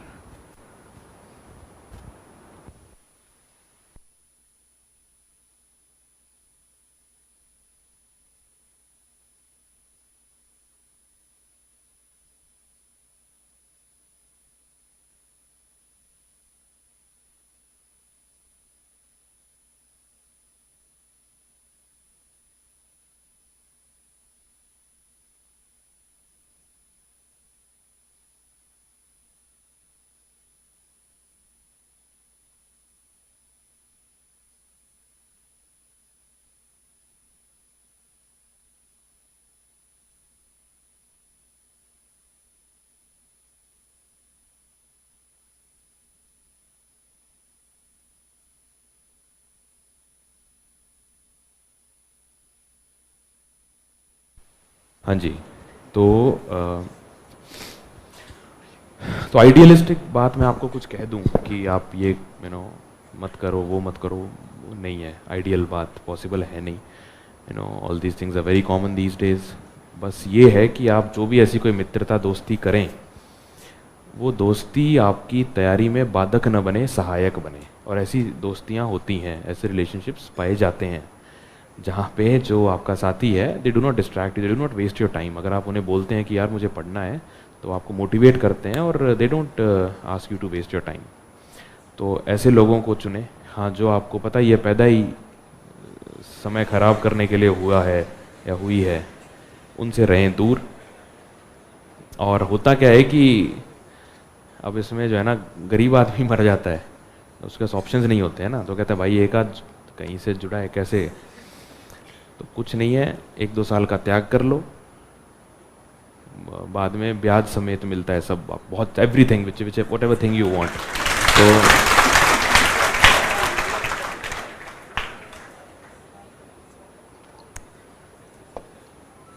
राइट, तो ये सब परेशान मत होना ज़्यादा कि ये तो कोई मतलब क्या है जो मिलेगा नहीं कभी। तो आराम से, ठीक है। तो इस तरीके की चीज़ें आप ध्यान रखें कि जहाँ भी इस तरह का समय खराब करने वाला कोई भी डिस्ट्रैक्शन हो उसको आप जीवन से 1-2 सालों के लिए हटा दें, and you will be very thankful you did that. क्योंकि ऐसे बहुत से लड़के लड़कियां होंगे जिन्होंने इस तरह के रिलेशनशिप्स में आकर के अपना समय ख़राब किया एंड फाइनली शायद उनका सिलेक्शन नहीं हुआ। तो आज कोई फ़र्क पड़ता है क्या कि क्या है क्या नहीं है? तो ये चीज़ें ध्यान रखें थोड़ी सी। दूसरा क्या डिस्ट्रैक्शन हो सकता है कि आप यहाँ आते हैं, तैयार होने में समय लगता है वगैरह। तो एक कोटेशन मैंने पढ़ा था कहीं पे कि कोटेशन ये था, हालांकि इतना फॉलो मैं तो नहीं कर पाया उसको, but still I tell you. वो कोटेशन ये था कि मैंने आज कौन सी जीन्स पहनी है मैंने, या आज कौन सा कलर का स्वेटर पहना है या क्या पहना है, 5 साल बाद ये चीज़ मायने नहीं रखेगी। मायने सिर्फ ये रखेगा कि मैंने इस समय को यूटिलाइज़ कैसे किया। अब मैं स्प्रिंग बोर्ड में आता था, अब चाहे मैं फटी बनियान में आता था, चाहे मैं हीरो बन के आता था, मैटर करता है क्या? नहीं करता। मैं इतना फॉलो कर नहीं पाया इसको, आप लोग हो सके तो कर लेना, ठीक है। So these things don't matter. पढ़ने आए हो क्योंकि पता है ये सब डिस्ट्रैक्शंस है ना यार, these things add up to it. आप समय उसमें ज़ाया करते हो, ये वो, कल जाना है, क्या पहनूं, वॉट एवर दीज थिंग्स हैं। तो ज़्यादा परेशान नहीं होना है, पढ़ने के मकसद से आए हो, 2 साल बाद बहुत मिलेगा ये सब। तो जस्ट डू ऑल दैट। अब मेरे को बड़ी नाइसली ट्रिम्ड दाढ़ियाँ दिख रही हैं, तो समय के लगाया है तभी वो इतनी अच्छी ट्रिम्ड है, राइट? तो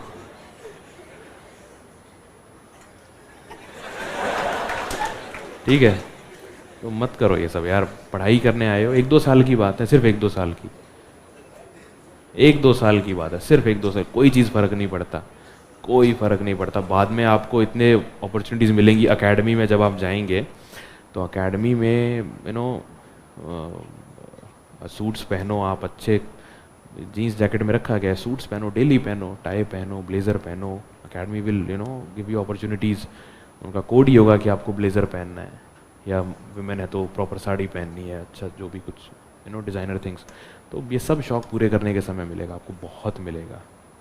घूमने जाओगे आप, अगर ठीक है, मैं ये नहीं कह रहा हूँ अपने शौक, कुछ आपकी इच्छाएं हैं तो उन्हें मार दो कि घूमने नहीं जा रहा हूँ, कहीं नहीं जा रहा हूँ। नहीं, आराम से जाओ, रेगुलर वे में जाओ, लेकिन आपकी पढ़ाई के आड़े ना आए। भी होता है ना कि आपको एग्ज़ाम छोड़ के अगर आप सैर सपाटे पे जा रहे हो दोस्तों के साथ, वो मत करो। बिल्कुल आप खुश हो कि अपनी ग्रोथ से। अब इसका एक मेजरमेंट क्या होगा कि आप अच्छा कर रहे हो कि नहीं। आप जो टेस्ट सॉल्व कर रहे हैं उसमें आपका स्कोर क्या आ रहा है, आपकी रैंक क्या आ रही है, वो आपका बेंचमार्क है। अगर आपका वो बहुत अच्छा आ रहा है, इसका मतलब आप अच्छा कर रहे हो। अच्छा कर रहे हो तो रिवॉर्ड करो अपने आप को, चले जाओ घूमने, जो भी आपका है। और हफ्ते में एक दिन का ब्रेक ज़रूर लेना, it will help you in the long run.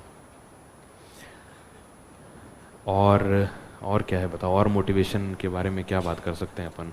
हाँ, दिन भर रोज़ की लड़ाई है यार। अगर आपको ऐसा लग रहा है ना कि चीज़ें बहुत आसान है, नहीं है आसान, नहीं है आसान। ये मैं आपको बता रहा हूँ। एक इस धरती पे कोई पैदा नहीं हुआ जो मेरे को दिखा दे ये सिलेक्ट हुआ, ये कह दे कि मैं तो बड़े आराम से हो गया आधे घंटे पढ़ करके।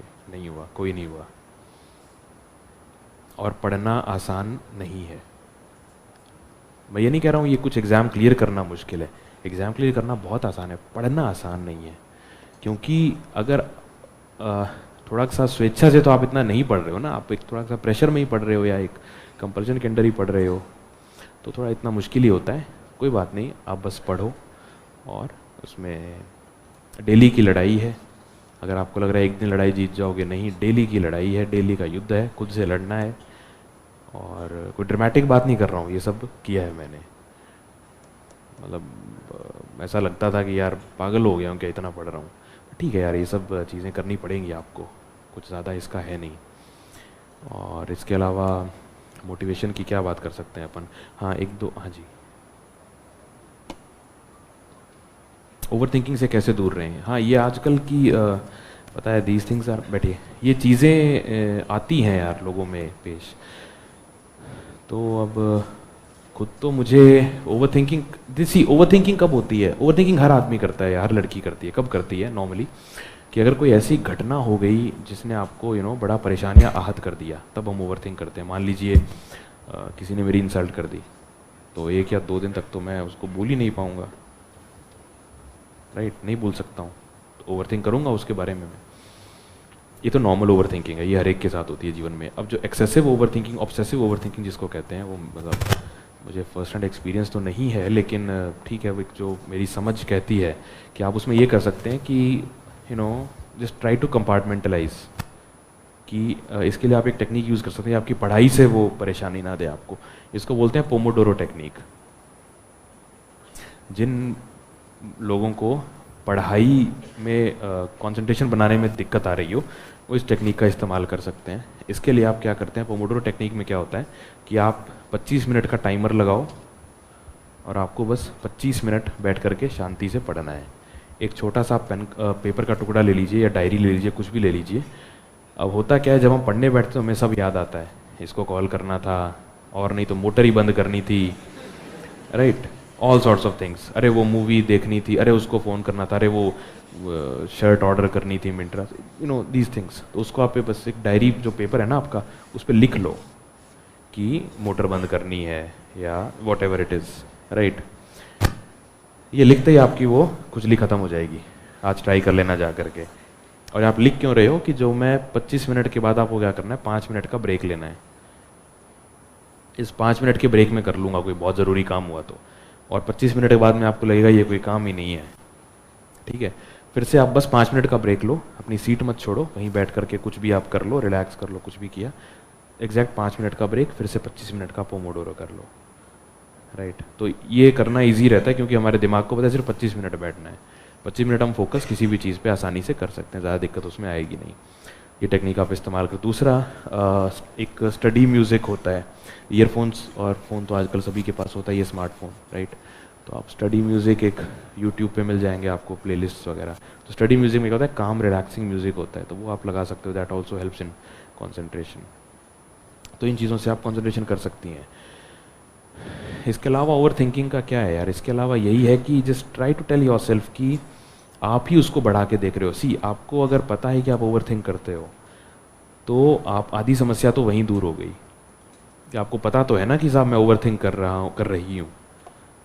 तो just I know it does not work यार, मैं सलाह दे नहीं पाऊँगा, सही में नहीं दे पाऊँगा, क्योंकि कहना आसान है कि मत करो ओवर थिंक, अगर आसान होता तो आप करते ही नहीं, राइट। तो आप इस तरह की टेक्निक्स यूज़ कर सकते हो। मेरा दिमाग तो यही कह रहा है। बाकी अगर कोई शर्म की बात नहीं, अगर आपको ज़्यादा दिक्कत आए तो you can seek professional help. मैं ये नहीं कह रहा आपको ज़रूरत है, पर अगर पढ़ाई में बाधक बन रही है तो आप इसका नहीं, हंसने की बात नहीं है यार, ये सब चीज़ें बहुत नॉर्मल हैं। अपने घरों में आप देखेंगे होंगी, किसी को होगी, दूर के नज़दीक के रिश्तेदारों में होगी, खुद को ही होगी, तो हंसने की बात नहीं है। मेंटल हेल्थ, पता है यही तो समस्या है ना कि हम लोग मेंटल हेल्थ क्यों नहीं सीख करते हैं, क्योंकि लोग बोलते हैं ये दिक्कतें हैं। तो इस तरह का आप, हाँ जी, और कोई सवाल? हाँ जी।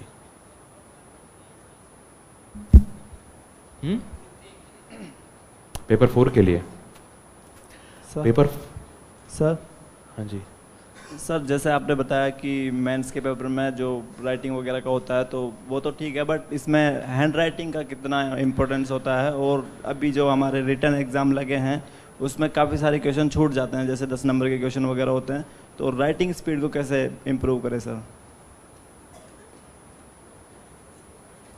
स्पीड, हाँ जी, आपका क्या डाउट था? इनका कुछ था ना, हाथ उठाया था किसी ने? अच्छा ठीक है। तो पेपर 4 200 नंबर का है, उसमें 2 पार्ट है, हिंदी और इंग्लिश। इंग्लिश है 80 नंबर का, हिंदी है 120 नंबर का। आपका डाउट था ना कि नहीं का? खैर, तो इसमें आप क्या कर सकते हैं कि जो हिंदी और इंग्लिश दोनों में 2 पार्ट है, एक ग्रामर का पार्ट है और एक कॉम्प्रिहेंशन, राइटिंग कॉम्प्रिहेंशन का पार्ट है। ग्रामर के पार्ट में वही 20-20 मिनट का शेड्यूल, उसको आप फॉलो कर सकते हैं। उसमें आप सिनोनिम, एंटोनिम, अनुलोम विलोम, एकात्मक, एक शब्द, वो सब आप चीज़ें उसमें कर सकते हो। और better yet what you can do is, ये सब चीज़ें क्या इंटरेस्टिंग होती है, everyone likes to do that, क्योंकि इंटरेस्टिंग सी हैं ये। तो आप जब भी ब्रेक ले रहे हो, चाय की थड़ी पे जा रहे हो या घर पे अगर रुके हो, तो whenever your parents are home, तो आप ब्रेक लेते हुए ये कर सकते हो, अपनी राघव प्रकाश उन्हें दे दो या आप अपने हाथ में रख लो और उनसे सुन लो, खुद सुना दो अपने दोस्तों से, अपने पेरेंट्स से, भाई बहन से। तो इससे क्या है कि खेल खेल में ये चीज़ें आपको याद हो जाएंगी और ये चीज़ें सभी को पसंद है। और इससे फ़ायदा ये होगा कि आपका जो टाइम वेस्ट होगा, मान लीजिए आप थड़ी पे जा रहे हैं, कुछ उल्टी सीधी बात करेंगे तो वो उल्टे सीधे लोग ही आएंगे, ढंग की बात करोगे तो अच्छे लोग ही आपसे जुड़ेंगे, और मजाक मजाक में आपकी ये सब चीज़ें कवर हो जाएंगी। दैट्स द ग्रामर वाला पार्ट। राइटिंग कॉम्प्रिहेंशन वाला जो पार्ट है, उसके लिए आप ये कर सकते हैं कि आपको जो एस्से, लेटर और ये सब का फॉर्मेट, 10 में से 5 या 6 नंबर तो आपके फॉर्मेट के ही होते हैं, ठीक है। 10 में से 5 या 6 नंबर। इसके बाद आपका क्वालिटी देखते हैं, फॉर्मेट क्या है, वही राजस्थान सरकार फलां विभाग सेवा में, ये वो विषय जो उसकी बॉडी है, प्रतिलिपि, ये जो फॉर्मेट है ना, इसी के 5 से 6 नंबर होते हैं। तो इस फॉर्मेट को रट्टा मार लो। इसके बाद आप थोड़ी सी मेहनत ये कर लो कि अच्छी एप्लीकेशन लिख दो या अच्छा एक लेटर लिख दो, बजाय एक रूटीन कुछ लिखने के। तो आप आसानी से 7-8 नंबर ले जाओगे 10 में से। And that applies to both English and Hindi as well. और जो एस्से वगैरह लिखने हैं उसमें थोड़ी सी प्रैक्टिस कर लो आप लिखने की एस्से, तो आपका हिंदी इंग्लिश कवर हो जाएगा। हैंड राइटिंग की ये है यार कि हैंड राइटिंग का, जैसा आपको मैंने शुरू में बताया था कि आपका काम है एग्जामिनर का जीवन आसान करना। अगर आपकी हैंड राइटिंग इतनी ख़राब है कि उन्हें पढ़ा नहीं जाएगा उनसे, तो ये थोड़ी सी दिक्कत की बात है। इसके लिए आप क्या कर सकते हो, हैंड राइटिंग का एक अगर प्रॉपर स्पेसिंग है ना, तो आप अंदाज़ा लगा लोगे। जैसे ये पेपर 4 लिखा है, हैंड राइटिंग लिखी है, ये स्पीड लिखा है, हालांकि लिखा मैंने बहुत जल्दी में है, पर थोड़ा सा गैप है ना बीच में, तो आपके लिए पढ़ना आसान हो जाता है। पहली चीज़ ये करो, आप प्रॉपर स्पेसिंग बना के रखो। दूसरा आप ये करो कि अभी भी अगर आपको लगे कि थोड़ा सुधार की ज़रूरत है, मतलब बस ये है कि पढ़ने लायक हो जाए, कर्सिव नहीं बनाना है आपको, तो 1200-1500 में आजकल कोर्स मिलते हैं हैंड राइटिंग सुधारने के। जयपुर में हो तो जयपुर में मिलते ही हैं, जाके ज्वाइन कर लो। 10-15 दिन का कोर्स होता है, 1-2 घंटे प्रैक्टिस करवाता है वो दिन में, तो आपको टेक्निक्स बता देगा कुछ कुछ, फिर आप उसकी प्रैक्टिस करते रहें और सुधार हो जाएगा। दूसरी बात राइटिंग स्पीड की, तो यार आरएएस का जो पेपर है मेरे हिसाब से तो बहुत लेंथी तो नहीं आता है वो, क्योंकि मैं शायद यूपीएससी की तैयारी करता था तो वहाँ तो लोगों को बहुत पेपर छूटता है, तो ये तो मुझे बिल्कुल लेंथी लगा नहीं। लेकिन अगर आपको लग रहा है तो आप राइटिंग स्पीड, राइटिंग बढ़ाने की, इसमें आप क्या कर सकते हैं, जैसे आपका 200 नंबर का पेपर है, राइट, आपका जो है 200 नंबर का पेपर है और आपको 180 मिनट मिले हैं करने के लिए इस पेपर को, राइट। तो आप ये देख लो कि एक नंबर कितने मिनट का है, फिर उसी हिसाब से 2 मार्कर, 5 मार्कर, 10 मार्कर प्रति क्वेश्चन आपको कितना समय लगाना है ये आप कैलकुलेशन कर सकते हैं। तो कोशिश करो जब भी आप अगली बार आंसर लिखने बैठो तो उसके अंदर आप इसको पूरा करो, धीरे धीरे स्पीड आपकी इंप्रूव हो जाएगी। और कोशिश करना कि 10-1 मिनट बचा लो, ठीक है, लास्ट में थोड़ी ऐसी स्पीड से लिखना, क्योंकि इससे फ़ायदा ये होता है कि कई बार जो है ना, इससे फ़ायदा ये होता है कि कई बार लास्ट में कुछ सवाल हमें नहीं आते हैं, उसमें हम समय दे सकते हैं। और नेक टू नेक अगर 180 मिनट का हिसाब लगाओगे तो वो थोड़ा सा ऐसा हो जाता है, तो 60-1 का हिसाब आप लगा सकते हो। 1 सेकेंड यार,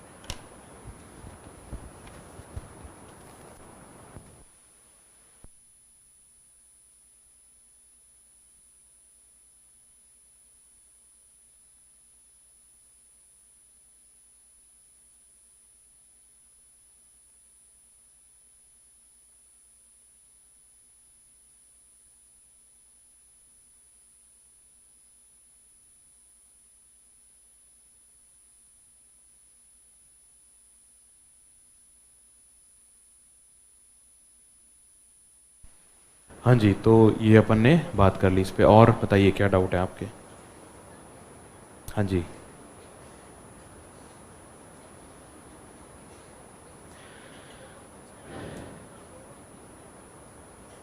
ठीक है। देखिए आपका जो भी, बैठ जाइए, आपका जो टारगेट है आंसर राइटिंग का या आंसर लिखने का मेंस में, वो टारगेट आपका है कि आपको उस आंसर क्वेश्चन की डिमांड फुलफिल करनी है।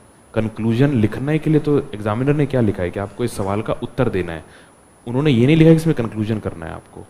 तो कंक्लूजन अगर लिखना होगा तो वो बहुत स्पेसिफिकली क्वेश्चन के अंदर आपको मिल जाएगा डिमांड। फॉर एग्जांपल अगर सवाल ऐसा हो कि is ethics a normative science, ethics एक आदेशात्मक की हिंदी में क्या कहेंगे उसको, चलो कुछ और टॉपिक अपन उठा लेते हैं। जैसे एक डाउट आए कि हाँ जो वैल्यूज़ हैं, वैल्यूज़ जो हैं वो जन्मजात हैं या बाद में डेवलप होती हैं, इस तरह का सवाल है, इसकी विवेचना कीजिए या कुछ आ जाए, हाँ जी, एनालिसिस कीजिए, ऐसा कुछ अगर आ गया तो उसमें आप क्या करेंगे कि आप, अब इसमें कुछ स्कॉलर्स ने ये कहा है कि जो वैल्यूज़ है वो जन्मजात हैं, कोई व्यक्ति कुछ गुणों को लेकर के पैदा होता है। कुछ स्कॉलर्स का ये मानना है कि व्यक्ति में गुण डेवलप होते हैं, पैदा कुछ कोई लेकर नहीं होता है। तो आप एथिक्स में पढ़ेंगे तो जो भी 2-3 स्कॉलर हैं उनके फेवर में कह रहे हैं उसकी बात लिख दी, फिर आपने लिख दिया कि ये स्कॉलर्स कह रहे हैं कि साहब जन्मजात नहीं है। कंक्लूजन क्या है, कंक्लूजन, इसमें कंक्लूजन का रोल आएगा, क्योंकि इसमें कोई 2 ऐसे बिंदु हैं जो आपस में टकरा रहे हैं, कुछ एक कंक्लूजन निकल नहीं रहा है।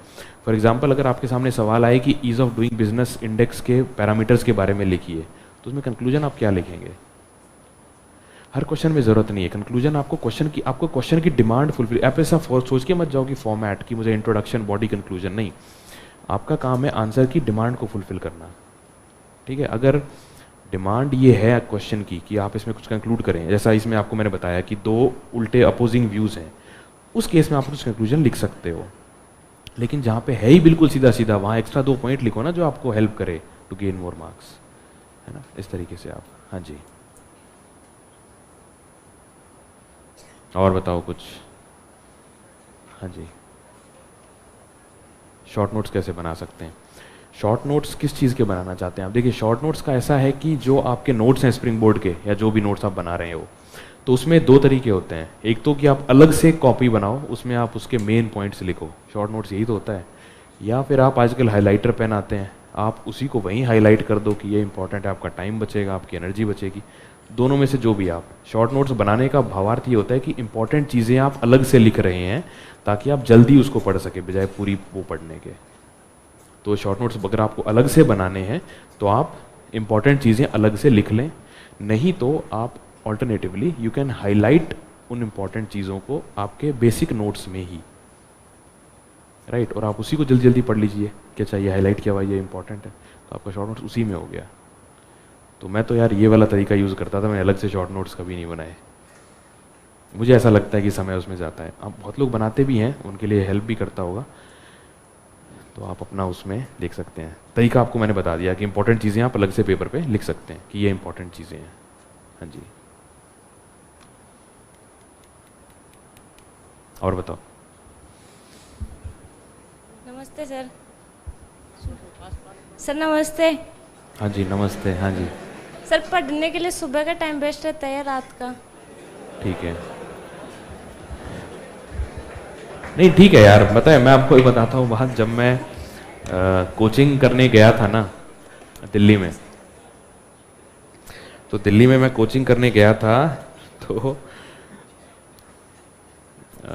मैं बैठा था कोचिंग में और मेरे आगे एक लड़की बैठी थी। मैंने उससे पता है क्या पूछा था? नहीं, मैंने उससे ये पूछा था कि उसके पास में, जैसे अपन अब तक क्या कॉलेज वाले में लाइन वाली बुक्स पे लिखते हैं ना, लाइन वाले नोट्स पे, तो उसके पास मैंने देखे वो बिना लाइन वाले कागज़ थे जिसपे वो नोटबुक उसकी बिना लाइन, अनरूल्ड जिसको कहते हैं। तो मैंने उससे पूछा, मैंने कहा इसमें नोट्स बनाऊं कि मैं लाइन वाले में बनाऊं? तो उसने मुझे ऐसे देखा कि भाई किसी में ही बना ले। तो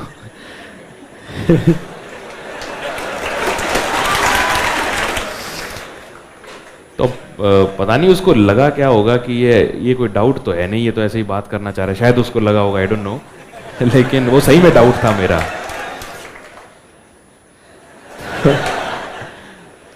तो कोई भी डाउट सिली नहीं होता कि जब तैयारी अपन शुरू करते हैं ना तो हर चीज़ डाउट लगती है। तो इसीलिए मैंने कहा कि खुल के पूछो, कोई बात नहीं अपन। तो सुबह या रात का वक्त, देखो यार इसमें पता है आपका अपना स्टाइल होता है, कुछ भी आइडियल ऐसा नहीं है। ऐसे लोग भी हैं जो सुबह सुबह उठ के पढ़ते हैं, क्योंकि सुबह जब आप उठते हो ना तो आप ये देखोगे कि आपकी प्रोडक्टिविटी बहुत हाई होती है रात की बजाय। आप अपना फ़ोन ऑन मत करो, साइड में रख दो, और सुबह सुबह आप फ़ोन तो मेरे हिसाब से आप ऑफ़ ही रखें जब भी आप पढ़ें, सुबह पढ़ें या रात में पढ़ें, दिन में पढ़ें, फ़ोन को ऑफ़ कर दो। कोई ज़रूरी फ़ोन नहीं आ रहे होते हैं, किसी के नहीं, मेरे तो आज तक आए नहीं। एक दिमाग में कीड़ा होता है ना, यार कोई ज़रूरी फ़ोन आया, बेटा किसका फ़ोन आएगा तेरे को, किसी का नहीं आ रहा है, तो आप फ़ोन को तो साइलेंट ही करके छोड़ दें, तो आपके लिए बहुत भला होगा। क्योंकि फ़ोन पास में रहता है तो हम फिर उसमें डिस्ट्रैक्टेड हो जाते हैं, राइट। और कोई कहीं तोप का गोला गिर रहा है तो आपको फ़ोन करने से रुकेगा भी नहीं। तो ऐसा कुछ इंपॉर्टेंट फ़ोन किसी का नहीं आता है। हाँ, जो फीमेल्स हैं उनके लिए हो सकता है कि फैमिली को थोड़ा कुछ हो, तो उसमें आप बता दो कि साहब मैं यहाँ हूँ इसलिए मैंने फ़ोन ऑफ करके रखा है, वट एवर इट इज़। तो हाँ, तो समय का जो है वो ये है कि आपके लिए वो आपका पर्सनल वो है, कभी भी पढ़ो, पढ़ाई होनी चाहिए। अगर आपके लिए सुबह उठना इजी है, अच्छा है, तो आप पता है क्या कर सकते हो, सुबह उठ करके आप आधा घंटा एक्सरसाइज करो और फिर आप पढ़ने बैठ जाओ। मैंने ये कभी किया नहीं, लेकिन अभी हम लोग जैसे पुलिस एकेडमी में हैं, तो यहाँ क्या है, हमें सुबह 5 बजे उठा देते हैं। तो शुरू में तो लगता था कि कैसे उठेंगे, पर अब आदत हो गई, अब नींद ही नहीं आती, मतलब 5 बजे के बाद तो अब नींद ही नहीं आती है। तो हल्की फुल्की एक्सरसाइज कर लो तो आपका बॉडीली आप बहुत फिट रहेंगे। कुछ मत करो ना, दौड़ के आ जाओ, कुछ नहीं तो 15-20 मिनट दौड़ के आ जाओ, 25 मिनट, और फिर आकर के पढ़ने बैठ जाओ, तो आपका इससे बहुत वो फ़ायदा होगा। दूसरा एक और जो आपके सवाल का मैं जवाब अच्छे से दे देता हूँ। आपका सवाल शायद ये था कि इफेक्टिव पढ़ाई कैसे करें। सुबह और शाम से आपको कोई मतलब नहीं है, आपको पढ़ाई होने से मतलब है, राइट? आपने ही पूछा था ना? हाँ, आपको पढ़ाई होने से ही मतलब है ना। तो देखो इसका एक तरीका ये होता है, आप क्या करो, आप टारगेट सेट करो।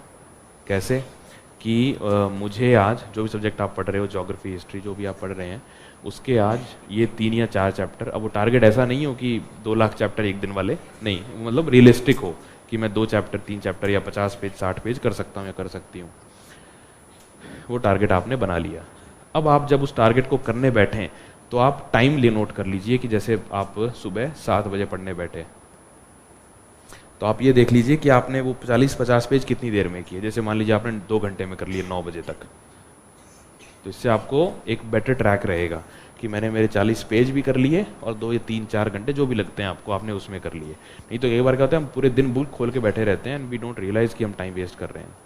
तो इससे आपकी प्रोडक्टिविटी पे आपको कम से कम पता रहेगा कि टाइम आपका कैसे ज़ाया हो रहा है। और जिस समय आपकी पढ़ाई अच्छी हो, मान लीजिए आप सुबह उठ जाते हैं, बहुत लोग उठ जाते हैं, सुबह उठ के पढ़ लो। ये कोई, अब पता है, ये कई बार पेरेंट्स या दादा दादी बोल देते हैं नहीं सुबह उठना चाहिए ब्रह्म मुहूर्त में। अब उठ जाता है तो उठ जाओ, पर उसके लिए परेशान मत हो। अगर दिन में आप टाइम मत वेस्ट करो। देखो टारगेट क्या है, टारगेट ये तो नहीं है कि सुबह उठ के पढ़ना है ब्रह्म मुहूर्त में, वो टारगेट थोड़ी ना है। टारगेट है आपको सिलेक्ट होना है। सिलेक्ट होने के लिए आपको क्या करना पड़ेगा, आपको टारगेट्स को पूरा करना पड़ेगा। अब चाहे आप 8 बजे उठ करके रात को 8 बजे तक 12 घंटे अच्छे से पढ़ लो, टारगेट्स पूरे कर लो, फिर चाहे आप कभी सो कभी उठो, तो इन चीज़ों से फ़र्क नहीं पड़ता है। मेन आपका है टारगेट आपके पूरे होने चाहिए। तो आप इस चीज़ को फॉलो करो, उससे ज़्यादा फ़र्क नहीं पड़ता है सुबह या शाम आप कब पढ़ रहे हो, बस इसको ध्यान रखो। एक और डाउट इसी में जुड़ा हुआ ये आता है कि एक दिन में एक सब्जेक्ट पढ़ें या 2-3 सब्जेक्ट पढ़ें मिला जुला के। तो ये भी यार हर व्यक्ति का अपना स्टाइल होता है। कुछ लोगों के लिए ये एक अगर वो मल्टीपल सब्जेक्ट्स एक दिन में उठाते हैं ना, तो उनके लिए क्या होता है, एक वो हो जाता है, रिलैक्स हो जाते हैं वो लोग। मैं तो नहीं हो पाता था, मेरे को तो ये आदत थी कि मैं एक सब्जेक्ट उठाया, 2 या 3 दिन में उसे पूरा किया, फिर मैं अगले सब्जेक्ट पे जाता था। तो ये आपका अपना स्टाइल है। इसके लिए आप ये करो, 2 दिन आप करके देख लो, कौन सा वाला, मल्टीपल सब्जेक्ट वाला। टारगेट्स अगर आप पूरे कर पा रहे हो तो आपका वो स्टाइल है। फिर आप करके देख लो 2 दिन सिंगल सब्जेक्ट वाला, अगर आपको उसमें ज़्यादा ईजी फील हो रहा है तो आपका वो स्टाइल है। That's it. इससे आप अंदाज़ा लगा सकते हैं। I hope I have answered your question. हाँ जी। और SDM जो है वो राजस्थान एडमिनिस्ट्रेटिव सर्विसेज के अंदर बनते हैं और उनका काम होता है बेसिकली SDMs का रेवेन्यू के मामले देखना, और इसके अलावा रजिस्ट्री, लैंड रजिस्ट्रीज और ये सब का वो देखते हैं। और साथ ही उनकी कुछ जो डेवलपमेंटल जो टास्क्स होते हैं सरकार के, मिड डे मील है, स्कूल्स हैं, हेल्थ है वगैरह है, तो उसमें भी उनको पावर्स दी जाती हैं कि आप इनको मॉनिटर करके इन पे काम करें। बाद में वो IAS में प्रमोट होते हैं लगभग 25 साल की सेवा के बाद, 25-26 साल की सेवा के बाद एटलीस्ट। RPS जो है वो पुलिस विभाग के अंदर है। पुलिस विभाग का काम क्या है, पुलिस विभाग का काम या RPS का काम स्पेसिफिकली क्या होता है कि DYSP का काम ये होता है, DYSP सुपरविजनरी अधिकारी होता है। इसको कमिश्नरेट में ACP बोलते हैं, असिस्टेंट कमिश्नर ऑफ पुलिस, और CO सर्किल भी बोलते हैं, सर्किल ऑफिसर। तो इनका काम क्या होता है, इनका काम ये सुपरवाइजरी ऑफिसर्स हैं। उस थाने में एक दिन में एक DYSP के अंदर 4 या 5 थाने होते हैं। उन थानों में जो भी FIR दिन भर में रजिस्टर होती है, उसकी सुबह एक डाइजेस्ट बन के DYSP के घर पे आती है या ऑफिस में आती है कि आप ये FIR रजिस्टर हुई हैं। तो DYSP उसमें देखता है कि इन FIRs में सही धारा तो लगी है, कई बार क्या होता है गलत धारा लगा देते हैं, लग जाती है, तो उस सब को देखना, फिर रेक्टिफाई करवाना कि आप ये धारा सही कीजिए या जो भी। उसके बाद जब इन्वेस्टिगेशन होती है किसी मामले की, तो इन्वेस्टिगेशन ऑफिसर्स जो हैं उनकी वो सुपरविजन करते हैं कि आप इन्वेस्टिगेशन सही कर रहे हैं क्या, सही दिशा में हो रही है, कोई गड़बड़ तो नहीं हो रही है, स्पीड ठीक है क्या, पेंडेंसी जिसको बोलते हैं, FIR कितनी दर्ज हुई, कितनों का आपने समाधान किया, वो पेंडेंसी रेट ज़्यादा हाई ना हो, ये सब काम है। तीसरा, जब चार्जशीट की स्टेज आती है तो चार्जशीट को भी एक तरीके से वो पढ़ करके अप्रूव करते हैं। जब कोर्ट में मामला पुलिस जांच करके कोर्ट में भेजती है तो उस चार्जशीट को भी वो पढ़ करके अप्रूव करते हैं। और कुछ स्पेशल रेफरेंस केसेस में तो साइन भी DYSP और SP साहब के होते हैं। इसके अलावा कोई भी लॉ एंड ऑर्डर हो जाता है, जैसे कुछ दंगा हो गया, कुछ क्राउड कंट्रोल का इशू, वहाँ पे DYSPs जाते हैं। इसके अलावा कुछ स्पेशल केसेस में बाई लॉ DYSP जो हैं वो मैंडेटेड हैं इन्वेस्टिगेशन ऑफिसर बनने के लिए, कि उन्हीं को इन्वेस्टिगेशन जाती है। वो मामले कौन से हैं? SC/ST prevention of atrocities act जो SC/ST के मामले हैं। इसके अलावा कुछ महिलाओं के अपराध जैसे गैंग रेप इत्यादि के जो सीरियस मामले हैं वो भी DYSPs खुद जांच करते हैं। ये इन शॉर्ट काम है। तो एक पुलिस में है, एक प्रशासन में है। SDM का ये है कि SDM का जो कार्य क्षेत्र है वो थोड़ा सा ब्रॉड होता है, क्योंकि उनको शिक्षा, स्वास्थ्य, पोषाहार इत्यादि, इंदिरा रसोई योजना, लगभग सबकी जिम्मेदारी दे दी जाती है कि आप इसमें इसको मॉनिटर करें, ऑब्जर्व करें। ये फ़र्क है इनमें। हाँ जी, इंग्लिश इम्प्रूव आपको किस पर्पज़, जनरल पर्पज़ के लिए, एग्ज़ाम पर्पज़ के लिए? अच्छा, तो इसमें ये है यार कि देखो, सबसे पहला तो आपका जो एग्ज़ाम की तैयारी आप अच्छे करो, आप इंग्लिश इम्प्रूव हो जाएगी। इंग्लिश बोलने में होता क्या है, कोई भी कम्युनिकेशन का जो मोटिव है वो ये है कि मैं जो मेरे मन की बात है वो मैं आप तक पहुंचा पा रहा हूँ। यही है भाषा का, और कुछ काम थोड़ी है। तो ये कब कर पाएंगे आप? ये आप तब कर पाएंगे जब आपको भाषा के शब्दों की जानकारी होगी। ठीक है, इसके लिए आप अनुलोम विलोम, एकात्मक शब्द, वो सब अगर आप पढ़ोगे हिंदी इंग्लिश दोनों के, तो आपको पता लग जाएगा कि मैं जो बात कहना चाह रहा हूँ वो कौन सा शब्द उस बात को कन्वे कर सकता है। वो जब आप, वही होता है इंग्लिश सुधारना, और उसमें कुछ है नहीं। तो आप तैयारी अच्छे से करोगे, आपकी सुधर जाएगी भाषा। हाँ जी, हाँ जी।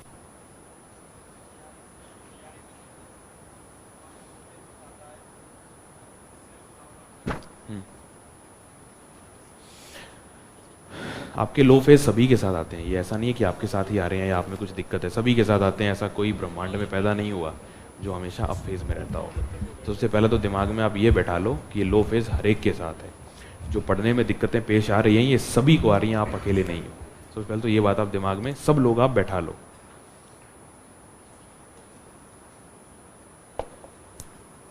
क्योंकि होता क्या है यार, हमें ऐसा लगता है कि यार मेरा पढ़ने का मन नहीं कर रहा, मेरे में तो कोई कमी है, मैं तो टॉपर मटेरियल ही नहीं हूँ। ऐसे डाउट्स हमें आने लगते हैं। ऐसा कुछ नहीं है, ऐसा कोई टॉपर पैदा नहीं हुआ जिसको पढ़ने का मन करता हो। सेल्फ डाउट सभी को होता है। मैं आपको बता रहा हूँ कि जब हम लोगों का रिज़ल्ट आने वाला था, तो या 13 जुलाई को आया था, तो सिलेक्शन के पहले तो ये प्रार्थना थी कि साहब लिस्ट में आ जाऊँ, लास्ट रैंक पे ला देना। कोई ये सोचता ही नहीं है कि मेरी ये रैंक ला दो। इच्छा होती है पर श्योरिटी किसी को नहीं होती है। और जो लोग श्योर थे, जैसे UPSC में एक लड़का था, तो वो तो ये कह रहा था कि साला किसी का हो ना हो, मेरा तो होगा, उनका नहीं होगा। तो श्योरिटी जो है वो काम नहीं करती है यार। ठीक है, तो सेल्फ डाउट हर एक को है, क्योंकि आपको पता नहीं ना मेहनत कर रहे हो रिजल्ट क्या रहेगा। तो ये बिल्कुल नेचुरल है। तो आप ये सोचो कि हर एक के साथ है, आप में कोई कमी नहीं है। सबसे पहली बात तो ये है। दूसरा, जब भी सेल्फ डाउट आए तो वही चीज़ें हैं यार कि जैसे अपने कोई अच्छे पेरेंट्स से बात कर लो, फ्रेंड्स से बात कर लो, दोस्तों से जो आपको मोटिवेट करते हो। जैसे मुझे याद है कि मैं करता था बात, जब मैं से एक मेरे सीनियर थे, सचिन अहलावत सर है, इंडियन रेवेन्यू सर्विसेज में है, is a very senior officer. तो जब 2019 की बात है, 19 या 20 की बात है शायद, हाँ 20 की बात थी। तो 20 में दिया था मैंने, इंटरव्यू दिया था, हुआ नहीं था। तो बड़ा मुझे सेल्फ डाउट सा लगा, और उस टाइम RAS का भी रिज़ल्ट वगैरह आया नहीं था। तो मैंने सर को फ़ोन किया, मैंने कहा सर बड़े परेशान हो गया। और उस टाइम हुआ क्या था, मेरे जो कॉलेज के साथी थे ना, वो स्पेन, मेरा दोस्त था, मेरा रूममेट था, वो स्पेन शिफ्ट हो गया था। उसकी कंपनी ने उसको स्पेन भेज दिया। तो मुझे लगा यार जीवन तो ये जी रहे हैं, मैं तो वहीं हूँ, उसी कमरे में बैठा हूँ जहाँ मैंने शुरू किया था कॉलेज का। मेरे जीवन में क्या बदला? कुछ भी नहीं बदला। तो मैंने फिर सचिन सर को बड़ा परेशान होकर के, और मैंने कहा सर थोड़ा 5 मिनट समय है कि हाँ बोल। तो मैंने कहा सर ये बात है कि साथी तो चले गए पता नहीं कहाँ, और मैं तो यहीं बैठा हूँ। तो सर ने कहा यार देख, तू मेहनत कर रहा है, मुझे पता है, I know you have been working very hard, but ठीक है थोड़ी बहुत चीज़ें हैं, और जिस दिन तेरा हो जाएगा तो उस दिन 30 साल इन सबसे आगे निकल जाएगा। और दूसरी बात सर ने ये कही थी कि माँ सरस्वती किसी का उधार नहीं रखती कभी भी। तो ये बात जो है मैंने महसूस की है। अगर आप पढ़ रहे हो, अगर आप मेहनत कर रहे हो, मैं देखा यार मेरे बहुत से साथी हैं, जी तोड़ मेहनत की थी, जी तोड़, हो ही नहीं रहा था। एक दिन मेरा रूममेट है शैलेश, अभी इंडियन फॉरेस्ट सर्विस में है वो भी, उसको MP काडर मिला है। तो हम लोग इंटरव्यू देकर के आए थे, 2020 की बात है, तो हम दोनों का युवा ने इंटरव्यू दिया था, नहीं हुआ। तो मैं बैठा था, तो शैलेश आया, क्या हुआ भाई, क्या कर रहा है? मैंने कहा यार सैड सॉन्ग सुन रहा हूँ। तो जस्ट एक दिन नेक्स्ट डे की बात है रिजल्ट के, शैलेश बोला भाई मेरे को तो इतनी किस्मत खराब है, सैड सॉन्ग भी नहीं मिल रहे। तो कोई फ़र्क नहीं पड़ता यार, और बहुत मेहनती लड़का था वो, और मैंने भी मेहनत की थी। तो कई बार समय लग जाता है, भाग्य कह लो, ये कह लो, वो कह लो, तो पर मिलता है। तो ये मैंने देखा है, जो मेहनत जिन्होंने की है ना, तो उनका लास्ट में वो निकलते हैं यार। बस आपने ईमानदारी से मेहनत की। अब आप पढ़ ही नहीं रहे हो या आप दिशाहीन तरीके से पढ़ रहे हो, फिर आप एक्सपेक्ट करो कि कुछ मिरेकल होगा, नहीं होगा। You will have to put in the hard work, you will have to put in the right direction में आप मेहनत आपको करनी पड़ेगी, पर होता है। या आप मेरे से लिखवा लो, अगर सही दिशा में मेहनत, क्यों नहीं होगा? और कुछ इंग्रेडिएंट है क्या? और कुछ तो कुछ है ही नहीं यार। जो 25 लाख का कोटा, ये वो सब फर्जी बातें हैं। 35 लाख था, क्या था, जो भी था, तो वो सब फर्जी बातें हैं। पढ़ो लिखो, कोई दिक्कत। मेरे 70 नंबर दे इंटरव्यू, मैं खड़ा हूँ ना आपके सामने, कोई फ़र्क नहीं पड़ता। अच्छे से मेहनत करो, सही दिशा में करो, होता है। और कुछ है ही नहीं, कुछ वेरिएबल ही नहीं है। हाँ जी, उसके लिए बताया आपको मैंने, आंसर राइटिंग, उसकी एमसीक्यू की प्रैक्टिस की। रोमन सैनी सर का वीडियो देखना और एमसीक्यू की प्रैक्टिस करना, अपने आप आपके नेगेटिव मार्किंग कम हो जाएगा धीरे धीरे धीरे धीरे। रेशो कुछ नहीं होता यार, रेशो ये होता है उसका कि आपको एटलीस्ट 85% क्वेश्चन सॉल्व कर, वो देख, वो यार हर एक का पता है, एक्यूरेसी अलग अलग होती है। जब आप सॉल्व करोगे ना तो आपको पता लगेगा, पर उसमें एक बेसिक फंडा ये है कि एटलीस्ट 75% से नीचे नहीं आना है आपको। अगर आपने 75% क्वेश्चन सॉल्व नहीं किए हैं ना, तो आपकी उससे कम किए हैं, तो आपकी फिर एक्यूरेसी बहुत ज़्यादा हाई होनी चाहिए, वो थोड़ा रिस्की हो जाता है। तो 75% क्वेश्चन आप कम से कम कीजिए, उसके ऊपर फिर आपका एक गोल्डन मीन ढूंढ लीजिए कि वो गोल्डन मीन आपका कहाँ है। जैसे मेरा 80% 85% क्वेश्चन पे था, उसके आगे फिर नेगेटिव चला जाता था। तो आप प्रैक्टिस करोगे ना तो आपको पता लगेगा कि वेरिएबल नहीं है, ये बहुत स्टैटिक है। तो आप 15 20 50 क्वेश्चन देखो, पेपर सॉल्व करो, आपको पता लग जाएगा कि आपको कहाँ पे रुकना है। इसके लिए आप ये कर सकते हो, एक टेक्निक आप क्या कर सकते हो, जैसे प्रीलिम्स का आपने पेपर उठाया तो 2 कलर के पेन लेना, ब्लू और ब्लैक। तो इसमें आप ये करोगे कि आपको जैसे ब्लैक कलर वाले से तो आप मार्किंग करोगे, फिर आप क्या करना, जो आपका जो भी क्वेश्चन है उसमें आप निशान लगाना कि जैसे ये क्वेश्चन मुझे 100% आता था तो उस पर एक टिक लगा दिया। इस क्वेश्चन मुझे 2 ऑप्शंस में डाउट था तो ऐसा कुछ निशान बना दिया। 3 में डाउट था, एक को मैंने पता था भी ये तो गलत है, 3 में डाउट है तो ऐसा कुछ निशान बना दिया 3 डॉट्स का। अब आप क्या करना, जब आपने ये सारे सॉल्व कर दिए, अब आप इन 2 में डाउट वाले क्वेश्चंस को सॉल्व करना, फिर आप 3 में डाउट वाले क्वेश्चंस को सॉल्व करना, फिर लास्ट में आप देखना आपके गलत कितने हो रहे हैं। तो आपको पता लगेगा कि जब आप 100 क्वेश्चन कर रहे हो तो नेगेटिव ज़्यादा हो रहे हैं, 80-85 के आसपास आपको ये लगेगा कि अब मेरा ऑप्टिमम स्कोर जा रहा है, इससे ज़्यादा कर रहा हूँ तो नेगेटिव हो रहा है। वो आप प्रैक्टिस करना, 5-7 पेपर में आपको समझ में आ जाएगा, इससे आप नेगेटिव कम कर सकते हो। रोमन सैनी सर की टेक्निक है शायद ये, शायद उसको आप वीडियो को देख लेना। हाँ जी, और कुछ परफेक्शनिज्म को दूर कैसे करें? देखिए यार, परफेक्शनिज्म की लड़ाई जो है ना, वो परफेक्शनिज्म चाहिए भी नहीं इस एग्ज़ाम में। इस एग्ज़ाम में आपको बस बाकियों से अच्छा होना है, टाइम वेस्ट होता है, बिल्कुल सही है। तो आप इसके लिए ये करो, परफेक्शनिज्म से बचने के लिए आप समय फिक्स कर लो। एक रियलिस्टिकली आपको अंदाज़ा हो जाता है कि यार ये सब्जेक्ट या ये चैप्टर मैं 1 घंटे में या 2 घंटे में, या ये सब्जेक्ट मैं 1 हफ्ते में या 4 दिन में कर सकता हूँ। 4 दिन बाद इस सब्जेक्ट को मैं छोड़ दूंगा। धीरे धीरे जो आप उस टाइम लिमिट के अंदर ही आप पूरा करने लग जाओगे।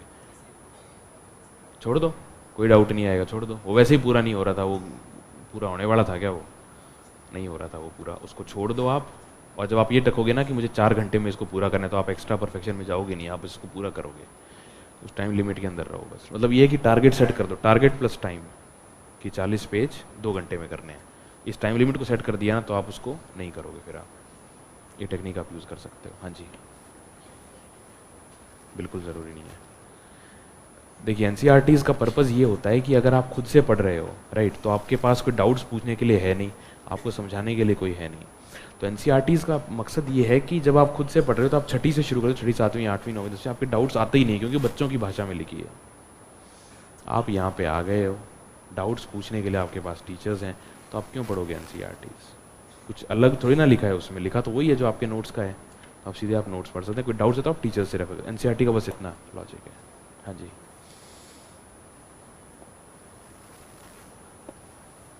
और बताओ।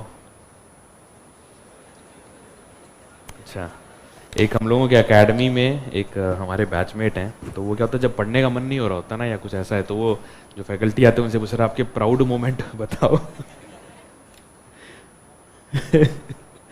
प्राउड मोमेंट अभी तो ट्रेनिंग में ही हूँ यार, मेरे का एक प्राउड मोमेंट है, बट हाँ कुछ एक ड्यूटीज़ लगी थी हम लोगों की, जैसे मुहर्रम पे लगी थी, दिवाली पे लगी थी, और एक मैच था कुछ सेलिब्रिटी क्रिकेट लीग कुछ होता है ना, उसका फाइनल जयपुर में हुआ था, तो उसमें वीआईपी बॉक्स में ड्यूटी थी मेरी, तो वहाँ पे प्राउड फील हुआ यार। अब मतलब एकेडमी में हो तो आपको समझ में नहीं आता है ना आप क्या बन गए हो, क्योंकि वहाँ तो जो आपके उस्ताद हैं, जो आपके ट्रेनर्स हैं, गुरुजी हैं, वो लोग आपको ज़्यादा सर पे बैठाते नहीं हैं, वो एक नॉर्मल वे में रखते हैं, और वो तरीका भी है, क्योंकि ऐसा बोलते हैं कि अगर ट्रेनिंग के दौरान आपको अफसरी का वो दिखा दिया तो आप कच्चे रह जाओगे। तो जब बाहर आते हैं तो लगता है अच्छा ऐसा भी है, तो सही में आपको फील होता है कि कुछ बने हो, तो प्राउड फील होता है ये। जैसे हम लोग मुहर्रम ड्यूटी पे गए थे, तो वहाँ जब मैं गया तो एकदम से समझ में नहीं आता भी क्या, गए वहाँ पे तो बड़ी बड़ी उम्र के लोग सब, ये गांव के ये हैं, ये वो हैं, और वहाँ आकर पैरों के हाथ लगा रहे थे। मैं यार कर क्या रहे हो आप लोग, तो पता लगता है कि अच्छा ठीक है। फिर अच्छे से वहाँ काम किया, तो मेरे साथ एक कांस्टेबल थे, उन्होंने भी बोला कि साहब आपका बड़ा अच्छा है, नहीं तो अधिकारी तो साथ में नहीं घूमते हैं, आप साथ में ही घूम रहे हो, तो सब बड़ा अच्छा लगा, ये लगा, तो और अच्छा लगता है कि चलो you are doing something right. और तो प्राउड मोमेंट ही है यार, सब प्राउड है। दिवाली ड्यूटी लगी थी, वो भी प्राउड मोमेंट था, तो अच्छा लगा। हाँ जी, हाँ जी, अंकित अवस्थी जी, कौन है वो?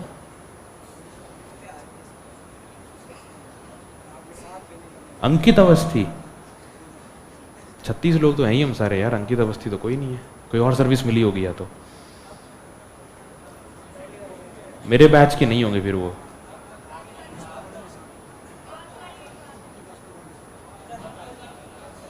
आबकारी विभाग है, हाँ हाँ, आरबीए में आबकारी वालों की भी ट्रेनिंग होती है, एक आध महीने का अटैचमेंट उनका होता है, वेपन्स ट्रेनिंग और वो सब, तो उसमें होंगे बिल्कुल।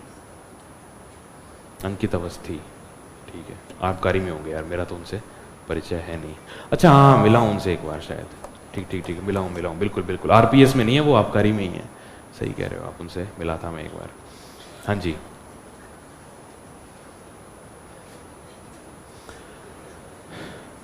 बताओ कोई डाउट?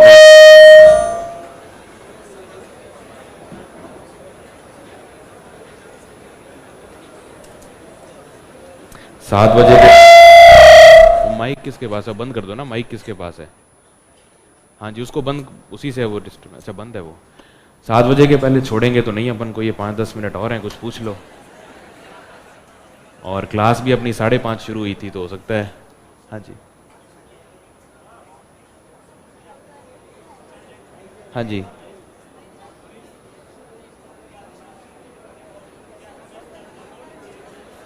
इनका सवाल ये है कि जैसे मेरी 95 रैंक थी, तो मैं और क्या करता कि और बेटर आ जाती। तो पहली बात तो मैं संतुष्ट हूँ, मेरी आरपीएस पहली प्रेफरेंस थी। और दूसरी चीज़ ये थी कि यार मैंने तैयारी कैसे की थी। मैं 2017 में मैंने यूपीएससी का इंटरव्यू दिया था, तो मेरा उसमें हुआ नहीं था, तो यूपीएससी वाले में हुआ नहीं, तो उसके 15 दिन बाद में यूपीएससी का प्रीलिम्स था, तो मैंने वो प्रीलिम्स दिया, तो वो प्रीलिम्स भी मेरा रुक गया 0.67 कुछ से। तो मुझे लगा ये तो बड़ा माड़ी हुई, पर चलो जो ईश्वर की उसमें कुछ इच्छा थी। उसके 1 महीने बाद में आरएएस का प्रीलिम्स था, तो इसी की तैयारी, यही बच गया ले दे के, मेंस तो था नहीं। तो 1 आध महीने बाद में फिर ये था, हाँ यूपीएससी का रिजल्ट आ गया था, उस प्री में मेरा हुआ नहीं था, तो उसके 1 महीने बाद में आरएएस का प्री था। तो मैंने क्या किया, मैंने उठाए प्रीवियस ईयर पेपर्स और सिलेबस कि क्या पढ़ना है, बिल्कुल शॉर्ट में 15-20-25 दिन का टाइम था। प्री निकल गया, फिर आया मेंस की बारी। तो उस टाइम कह रहे थे कि अगस्त में शायद प्री हुआ था 25 अगस्त को, और फिर कह रहे थे सितंबर में आपका मेंस करवा देंगे। तो मुझे लगा अच्छा 2 ही महीने हैं, तो मैं फटाक से सिलेबस उठाया मेंस का, और मैं उसके नोट्स मैंने खुद से बनाए। मैं अकेडमी में उस टाइम नहीं आया था, स्प्रिंग बोर्ड में, मैंने नोट्स खुद से बनाए, NIOS और उसका यूज़ करके नोट्स बनाए मैंने। फिर वो क्या सितंबर से चला गया आगे, नवंबर दिसंबर, कब फिर वो बोले और आगे चला गया। तो उसके उसके बाद फिर मैं गया एकेडमी आया फिर मैं, तो यहाँ जो एकेडमी के नोट्स जो थे इसमें मैंने मेरे पुराने नोट्स को अपडेट किया। फिर फरवरी में मेरे को एग्ज़ाम होता दिखा नहीं, तो फिर मैं फरवरी में चला गया वापस दिल्ली यूपीएससी की तैयारी करने। फिर यूपीएससी का प्रीलिम्स दिया मैंने। यूपीएससी प्रीलिम्स के 25 दिन बाद में मेंस था, 25-26 जून को, 2 जून को, 3 जून को यूपीएससी का प्री था। तो बीच के 5-7 दिन तो मैं यूपीएससी की तैयारी करता रहा। मैं बोला ये बीच में अटका देते हैं यार, कोई मतलब है क्या। तो पापा ने कहा बेटा तेरा यूपीएससी निकल नहीं रहा है, आरएएस तेरे को देना नहीं है, तो गाड़ी चलेगी कैसे। तो फिर मैंने कहा चलो छोड़ो, 10-15 दिन की बात है। पुराने नोट्स मेरे उठाए मैंने और मैंने उसको रिवाइज़ करके और दिया, मेंस दे दिया। फिर इंटरव्यू हो गया। इंटरव्यू के टाइम फिर मेरा लास्ट में था इंटरव्यू, तो इंटरव्यू की तैयारी तो यूपीएससी वाली की हुई थी, तो कुछ ज़्यादा था नहीं। तो मैं इम्प्रूव क्या करता यार, मेरे पास तो समय ही मैंने इतना ही दिया, 3-4 महीने कुल ही, तो इम्प्रूवमेंट क्या करता मैं। मतलब अगर मैं सिर्फ आरएएस की तैयारी कर रहा होता तब शायद मैं कुछ और काम इस पर कर पाता, पर अब तो जितना मेरे पास समय था मैंने सारे मेरे अस्त्र शस्त्र चला दिए थे इसमें। तो वो मैंने आपको सारे बता दिए जो मेरे अस्त्र शस्त्र थे जो मैंने चलाए थे। तो और ज़्यादा तो इसमें क्या करोगे यार, थोड़ा और पढ़ लेता, रिवीजन बेहतर हो जाता, शायद 2-4 सवाल जो मेरे नहीं कर पाया अटेम्प्ट, जैसे वो विश्व वल्लभ ग्रंथ है या एक आध और कुछ सवाल थे, वही भाई मेन कितना था, अगर 10-15 नंबर ज़्यादा होते तो टॉप 10 में रैंक होती, टॉप 15 में रैंक होती। वो 10-15 नंबर कहाँ चुके हैं, जब विश्व वल्लभ ग्रंथ 2 नंबर का मेरा छूट गया। फिर एक और कोई सवाल था कि राजस्थान में कोई कौन सा तो भी मिनरल का, उसका मेरे को पता ही नहीं था, वो छूट गया। तो ऐसे 5-6 सवाल ही थे, तो बस ज़्यादा समय मिलता तो वो मेरे को याद हो जाते, इससे ज़्यादा फ़र्क तो क्या पड़ता। ये बात है। हाँ जी, किसकी? आरएएस की, सॉरी आरपीएस में। इसमें यार सैलरी ऐसा होता है कि जब आप प्रोबेशन में होते हो ना तो हाफ सैलरी मिलती है आपको 38,000, और जब आप प्रोबेशन पूरा कर लेते हैं तो डबल होके और 80-85 हो जाती है। हाँ जी, नहीं बात इनकी सही है। मैं तैयारी करता था ना, तो मेरे से एक दिन किसी ने पूछ लिया कि क्या कर रहे हो तैयारी, मैंने कहा साहब इसकी सिविल सर्विसेज की। तो उसने पूछा कि अच्छा कितनी सैलरी होती है। अब मैं बोल रहा बेटा सैलरी तो पता ही नहीं तो सैलरी के लिए तो यार पता है, ये सब एग्ज़ाम की तैयारी आप सैलरी के लिए नहीं करते हो, ये सब एग्ज़ाम की तैयारी आप करते हो जो इस पद से प्रतिष्ठा जुड़ी हुई है, जो सम्मान आपको, मतलब अब ये वर्दी है, ये कौन सी सैलरी, चाहे 1 करोड़ महीने सैलरी हो, 100 करोड़ महीने हो, जो इज्जत ये वर्दी दिला रही है वो आ ही नहीं सकती। तो सैलरी के लिए तैयारियां होती हैं।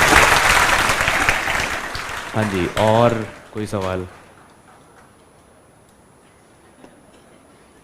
क्या पूछ रहे हो? हैं? शादी तो नहीं हुई? हाँ जी, और बताइए।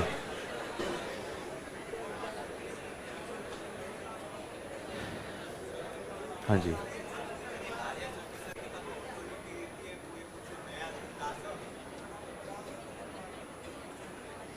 देखिए आरएएस या आरपीएस या जो भी ऑफिसर्स हैं बड़े पद हैं, लेकिन वो मशीनरी का बहुत छोटा सा हिस्सा है। आपके पास डिस्क्रेशन, देखो 2 चीज़ें रहती हैं। एक होता है, इन्होंने ये पूछा है कि क्या आरएएस आरपीएस के पास या इन सर्विस के पास ये पावर है कि कोई नया रूल आप बना दें।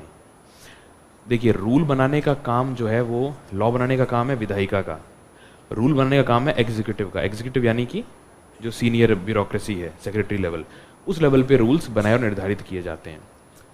हमारे लेवल पे, even at the IAS level और आईपीएस लेवल पे भी हमें उन रूल्स को अप्लाई करना है। इसमें हमें डिस्क्रेशन मिलता है। डिस्क्रेशन क्या होता है? डिस्क्रेशन ये होता है कि जैसे रूल्स आपके लिए फिक्स हैं, पर वो पर्टिकुलर इंसिडेंट या वो पर्टिकुलर चीज़ किस रूल के अंदर आएगी, ये अथॉरिटी आपके पास है डिसाइड करने की। इसको बोलते हैं डिस्क्रेशन। तो ये डिस्क्रेशन की पावर उसमें अपन को मिलती है।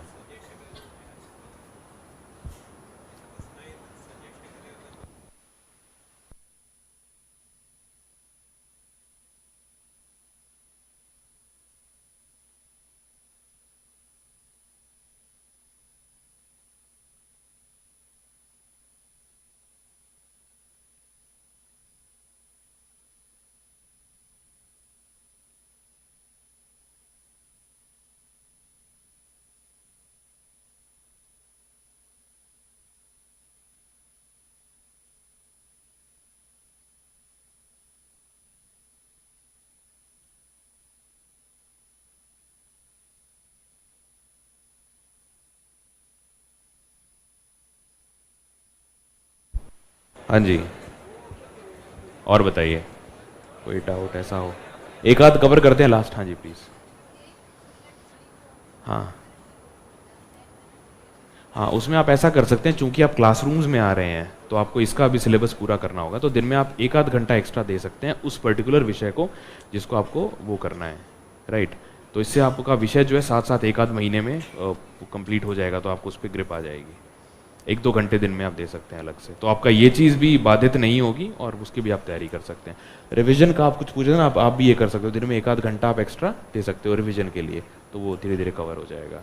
हाँ जी, और कोई बताओ? हाँ जी ठीक है, फिर करें समापन। अच्छा यार, फिर सुनो 5-10 मिनट और ले लेते हैं यार, आधे घंटे लेट शुरू की थी अपन ने। 5-10 मिनट, बस 5-7 मिनट, ठीक है।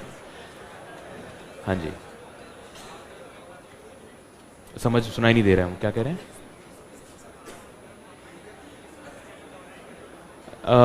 पब्लिक स्पीकिंग की स्किल्स कैसे डेवलप आप कर सकते हैं? पहला तो ये कि आपको भाषाई कंट्रोल होना चाहिए, आपको पता होना चाहिए कौन सा शब्द आप बोलना चाह रहे हैं, तो वोकेबलरी अपनी स्ट्रॉन्ग कीजिए। वो आप तैयारी शुरू करेंगे RAS की, आप कर लेंगे। दूसरा, आप थोड़ा सा ज्ञान होता है तो कॉन्फिडेंस आता है। अगर आपको पता है कि क्या बोलना है, थोड़ा सा पढ़ो वढ़ो, ज्ञान और कॉन्फिडेंस आ जाएगा। कॉन्फिडेंस इसी बात का तो होता है ना कि आपको कुछ आता है, और क्या कॉन्फिडेंस होता है, बस। हाँ जी, एग्जाम जब पास में हो, सिलेबस को रिवाइज कैसे करें?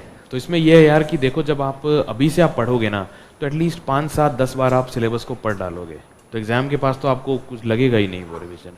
आपको शायद दिक्कत इसलिए आ रही है कि अभी तक अपन क्या है, स्कूल कॉलेज में है, राइट, पढ़े हैं, तो वहाँ थोड़ी अलग तरीके की पढ़ाई होती है। कॉलेज, अब स्कूल तो पुराना पीछे छूट गया, कॉलेज की देखी है बात, तो वो तो लास्ट मोमेंट पे पढ़ते हैं। शुरू से पढ़ोगे इसमें तो आपको दिक्कत नहीं आएगी, तो आप आसानी से आप सिलेबस को कवर कर लेंगे लास्ट तक। साथ साथ करते रहो रिवाइज, आराम से 6-7 बार रिवाइज होने के बाद तो फिर वैसे ही पन्ने पलट लेते हो आप, इट वोंट मैटर मच। हाँ जी, मेरा एजुकेशनल बैकग्राउंड, अच्छा मेरा परिचय, मेरा नाम परीक्षित सेहाग है और मैं हनुमानगढ़ से बिलोंग करता हूँ, राजस्थान में, संगरिया एक जगह है वहाँ से। मेरी बेसिक एजुकेशन संगरिया में ही हुई, क्लास 10 तक। फिर 11th-12th में झुंझुनू में बिरला पब्लिक स्कूल में मैंने पिलानी से किया। फिर मैंने ग्रेजुएशन के लिए मैं महाराष्ट्र गया था, नागपुर, वहाँ से मैंने इंजीनियरिंग की, और इंजीनियरिंग के बाद मैं तैयारी के लिए आ गया, और 2018 वाली भर्ती से मेरी 95th रैंक है, और 2021 से मुझे 529 रैंक मिली है, तो उसमें मुझे IAAS अलॉट हुआ है, और मैं अभी वेडनेसडे या थर्सडे को शायद वहाँ ज्वाइन करूँगा। हाँ जी,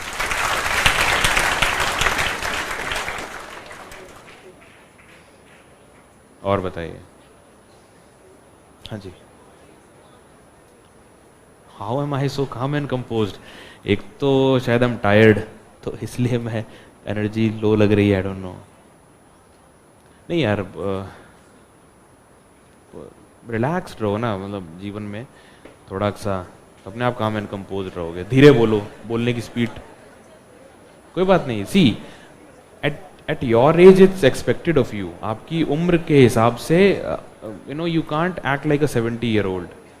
जब मैंने तैयारी शुरू की थी, अच्छा एक फन फैक्ट बताता हूँ, जब मेरा सिलेक्शन हुआ या जब हुआ, तो लोगों को ये लगा कि मतलब इसका हो कैसे गया।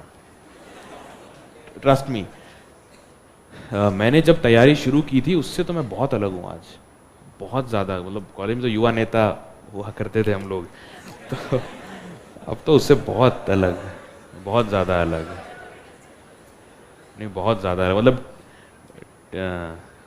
नहीं ये तो है, मतलब बोलते हैं लोग कॉलेज वाले कि किसी का भी सोचा था, तेरा तो नहीं सोचा था। तो एक है मेरे कॉलेज से एक लड़का था, साथ में ही था, he was a very good student, top university top करता था वो, तो एज फेट हैड इट उसका नहीं हुआ, और मेरी 56% है कॉलेज में।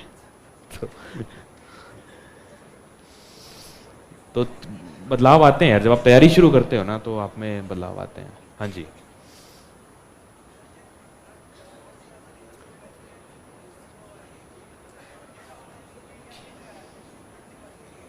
क्या उन नोट्स को क्या होना चाहिए? हाँ 5-7 बार जब आप कोई चीज़ पढ़ लेते हो तो आपको उसके महत्वपूर्ण बिंदु अपने आप याद हो जाते हैं। तो आप 5-7 बार रिवाइज कर लो बस, आपको अपने आप you will get a hang of things कि कैसे करना है। हाँ जी, और बताओ।